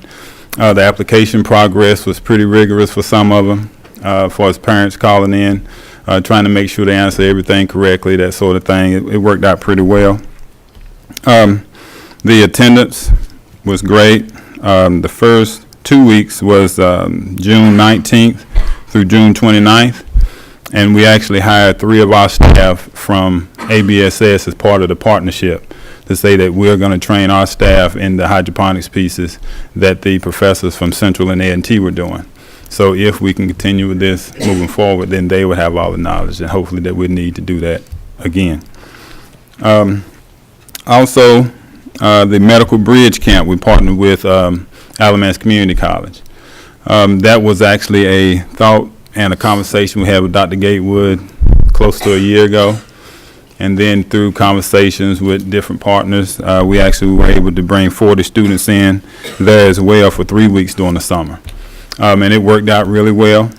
They're actually moving forward with doing it again this year. The same with the A&T North Carolina Central Camp. We're doing the same thing again this upcoming year. And our partnership with them was really minimal as far as the financial pieces. But the student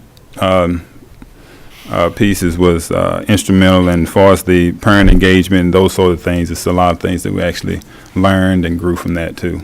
What grade level was Medical Bridge Camp? Medical Bridge was applications grade 5, 6, and 7. So they were actually the current 6th and 7th, 8th grade this year. And we're going to do 3 other sessions with both camps. So we're combining both camps this school year to do 3 other events. We're doing the hydroponics greenhouse at ACC. We're doing another trip to North Carolina Central and their Bright Research Lab, and then also one other UNC system school within North Carolina too. Just out of curiosity, Uh-huh.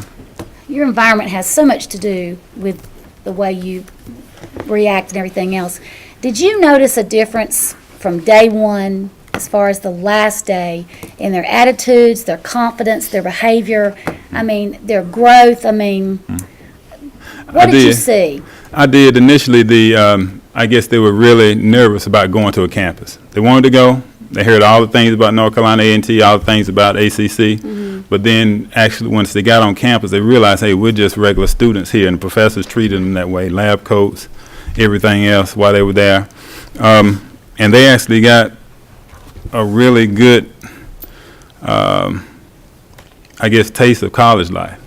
I mean, they were in class all day, walk all the way across campus to the caf, then they get opportunity to have a little rec time, and then come back in, and it worked out well. The biggest, I guess, reward for me was the conversation with parents afterwards, saying that my child, I didn't think they could make it on a campus, handling all of those, larger scientific words, and coming home and doing experiments at home and that sort of thing. But we actually had some of the parents tear up and just say how excited they were to continue, and how excited the students were to be on campus and receive all of this, attention about doing positive things. So they're looking forward to another year too.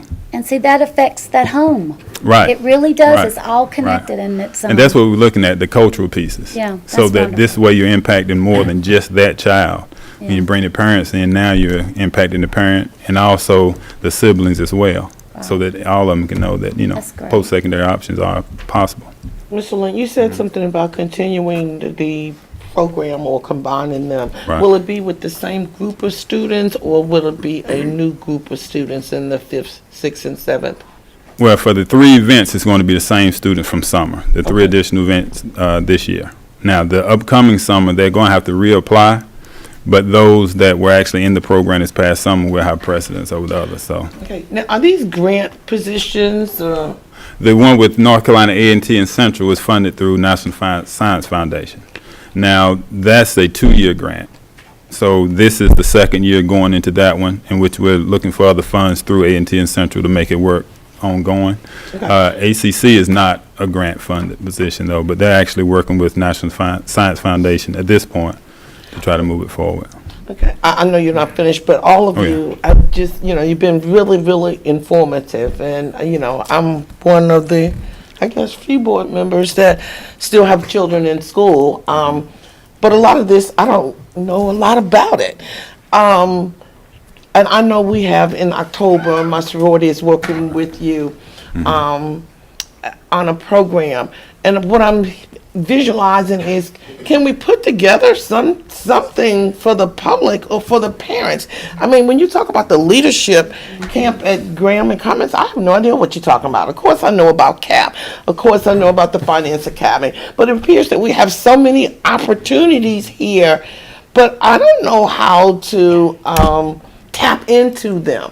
I see a wonderful opportunity when we work together in October of having a parent session to share all of these different opportunities at that meeting would be great. But better yet, I think if we put together something district-wide celebrating all of this, because I think everybody needs to know when to apply, at what schools, what are these opportunities. So at the beginning of the year, they can start planning for that, or even younger, planning for some of these activities. And that was actually one of the questions on the survey that parents answered, to say if they could know about it earlier. But this first year, it was kind of last minute because the funding came in late, so we were still going to push through with it. But yeah, that is an option that we can do this year. Is that something that we possibly can work on for the 21st? Mhm. Oh, yeah. Okay. Any other questions? Thank you all so much. A lot happened this past summer. Yeah. Thank you for your hard work. Next, we have the 17-18 budget. Ms. Dennison.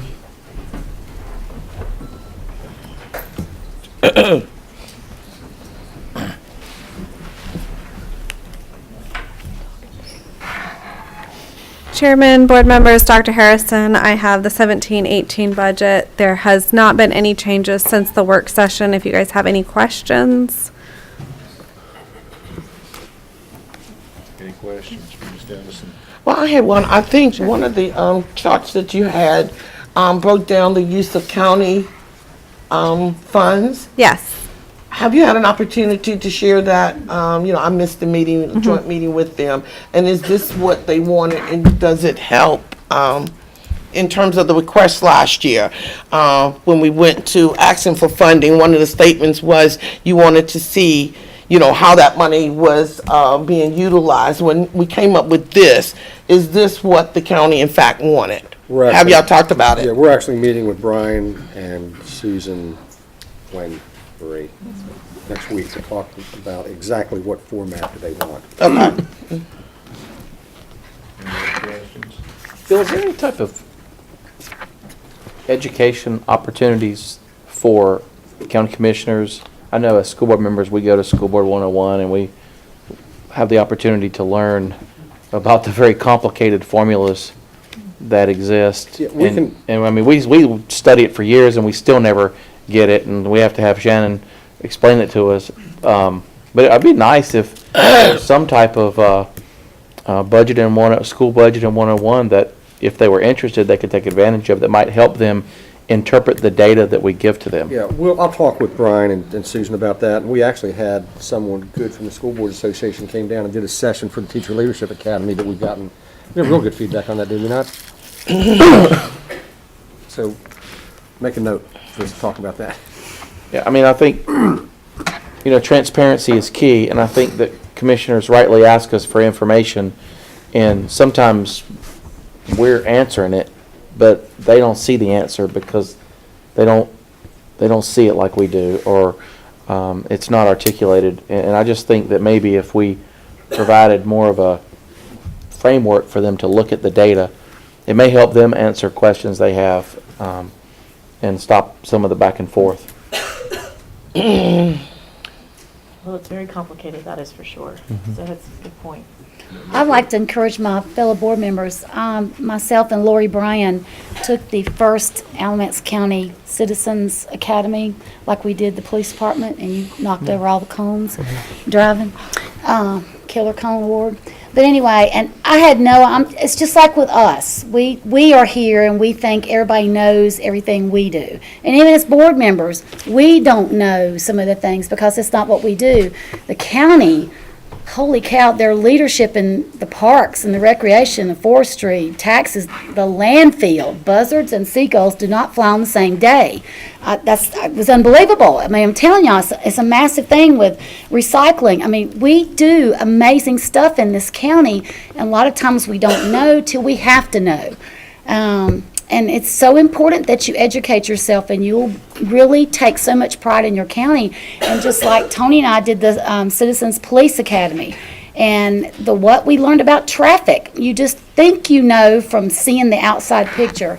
And it will change your way of thinking and change your mindset and change your support too, because everybody does a really good job when it comes to leading this county.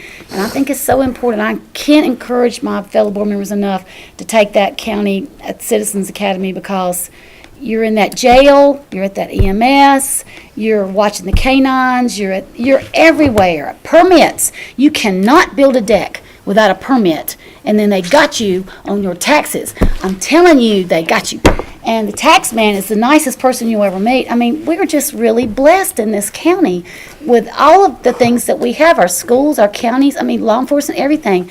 And you need to get to know that, and not until 3 o'clock in the morning when you have to dial 911. So I encourage you to take advantage of these academies that they have. They're very important, and you learn a whole lot. And you respect your leaders a whole lot. You have no idea. I had no idea about some of the things we do. The website just does not tell you like in person. Let's go ahead and, I think we need to be mindful of the time right now. Can we get a motion to go ahead and approve this budget? Yep. I move we accept the budget as presented. Second. A motion second, any further discussion? Hearing none, all in favor of the motion, let it be known by saying aye. Aye. Opposed? Okay, thank you for your hard work, and that was good information. The next item is policy 1430, first reading, and Adam, you're going to talk just a little bit about that. Yeah, thank you, Mr. Chair. So the... In the microphone.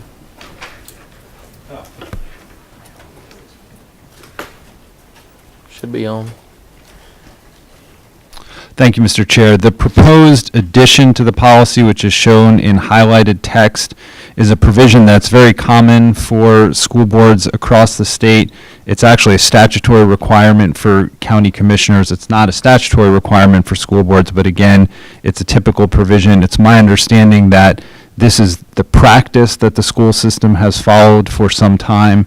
It just has not been codified in policy. And so what this would do is codify in policy what your longstanding practice has been. That's correct. Has this been up on the website yet? Has this been posted? Who would know? Kenny? It has not. This is first reading, right? No, I Yeah, think it's it's first posted reading. after first reading between now and second Okay, reading. so we'll put it up on the website. Bring it back. Okay, I move we approve the policy as recommended. okay. I'll second it. I've got a question, a point of information, Adam. So essentially, in layman's terms, this would not allow for someone to abstain on a vote. If you're present, you have to vote in the affirmative or in the negative, but you can't. And if you just don't vote at all, you're going to be counted as an affirmative vote. You can't abstain. if Well, you do. you can. Really what the policy, you can't force someone to vote. And so what this addresses is how a non-vote is counted. So again, a member can abstain. And what this policy says is that abstention, it would be noted in the minutes as an abstention, but for the purpose of counting votes, it would be counted as a positive vote. Okay, thank you. Didn't you send something to say that it contradicts with Robert's Rules of Order? What's that? Did you send something out to us that said that basically this procedure conflicts with Robert's Rules of Order?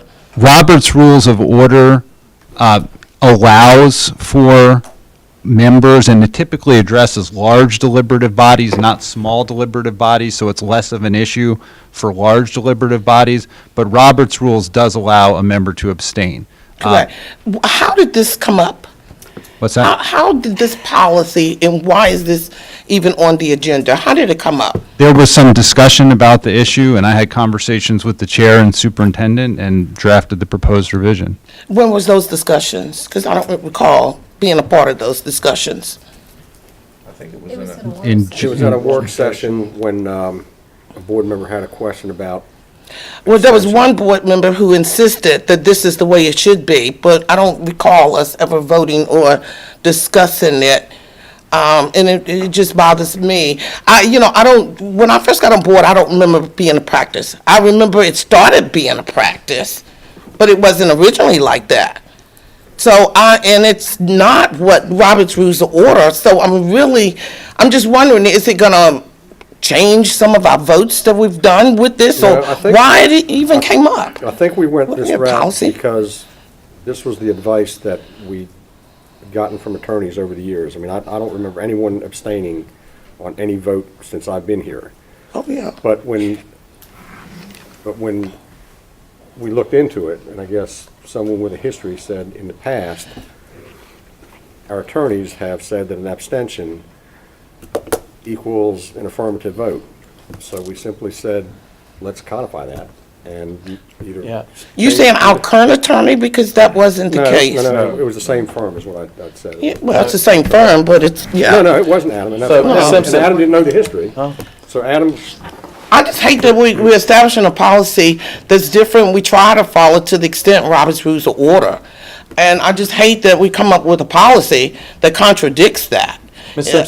Simpson, this is on the agenda because the issue arose recently where a board member abstained and it was counted as a negative or a no vote.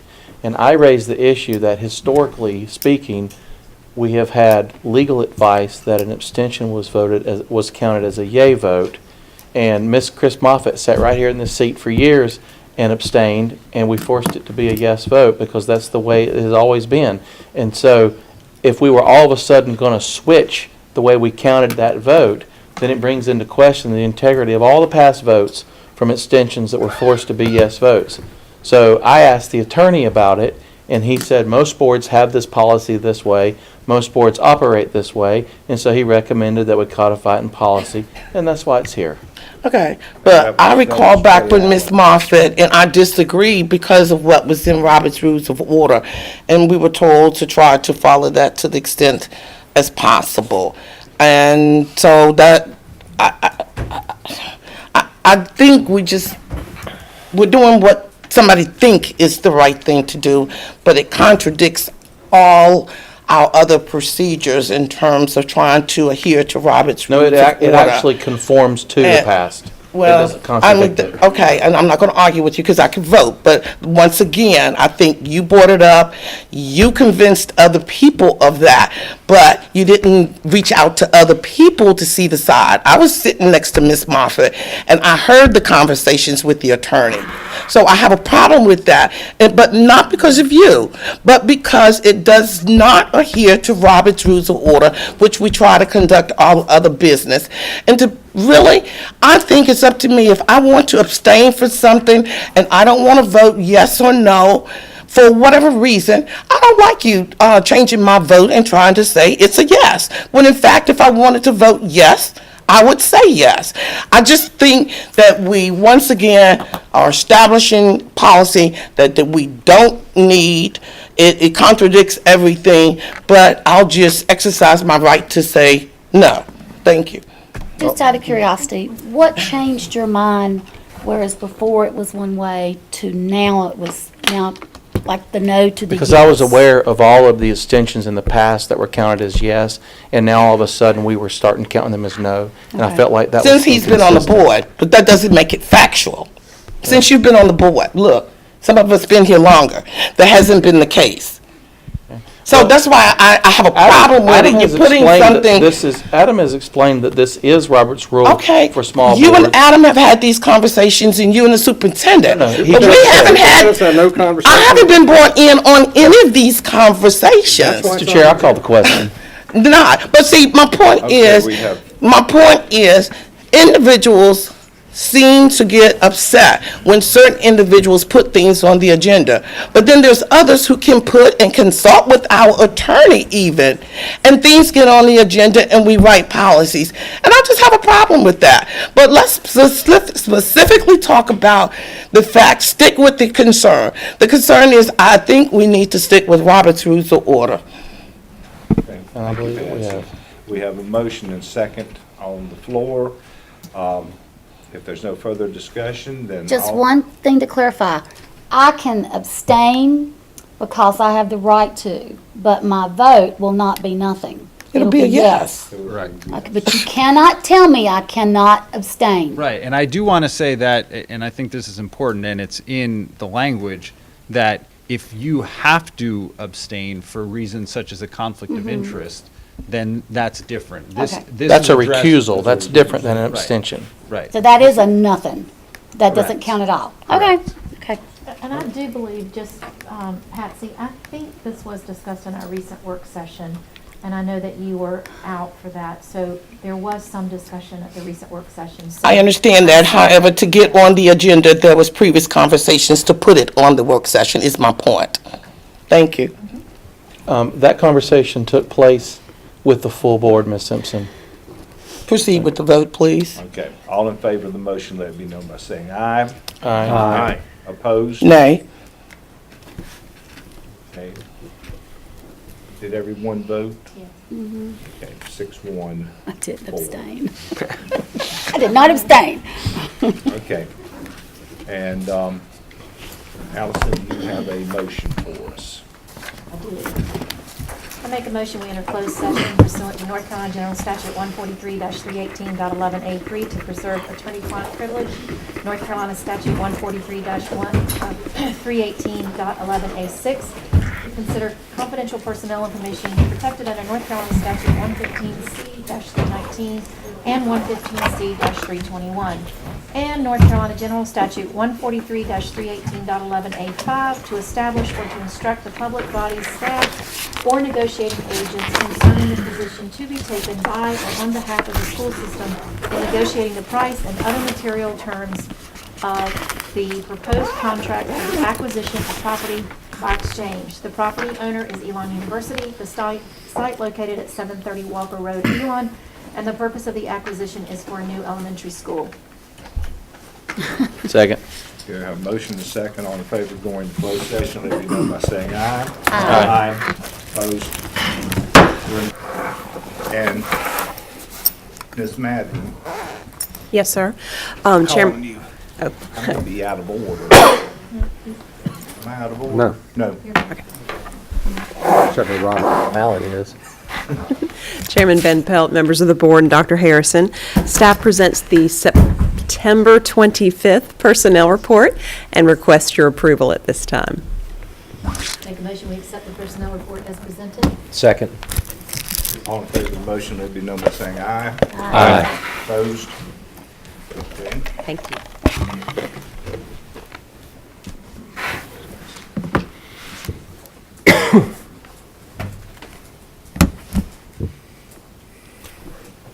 Okay.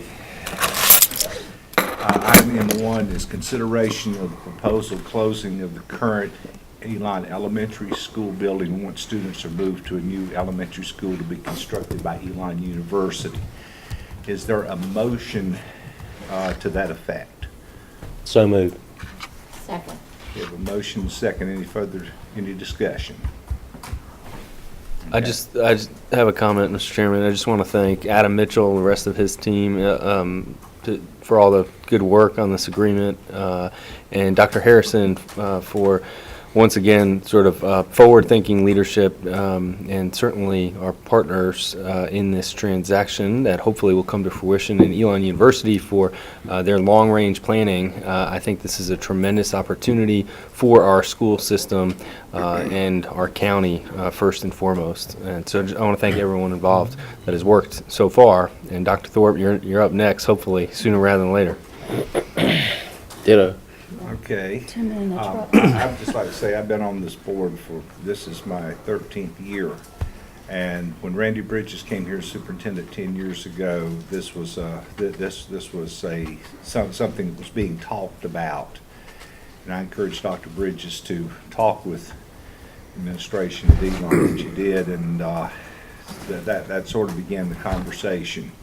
So I think we're here at this point today because, possibly because of that conversation. But I've just been so pleased with how Elon University has grown and how the stature of the university continues to grow. And I think this will be a mutually beneficial situation here that we're approving tonight. So, anyone else comments? All in favor of the motion, let it be known by saying aye. Aye. Opposed? The next is consideration of the resolution approving the exchange agreement. I don't need to read this. Everybody's had a copy and it's been posted online for everyone to look at. So, all the whereases and be it resolved. Correct, you do not need to read it. Okay, then I won't. But, do I have a motion that we accept this resolution? So moved. Second. We have have a motion second. Any further comments? Okay, hearing none, all in favor of the resolution authorizing the exchange of real property between ABSS and Elon University, let be known by saying aye. Aye. Opposed?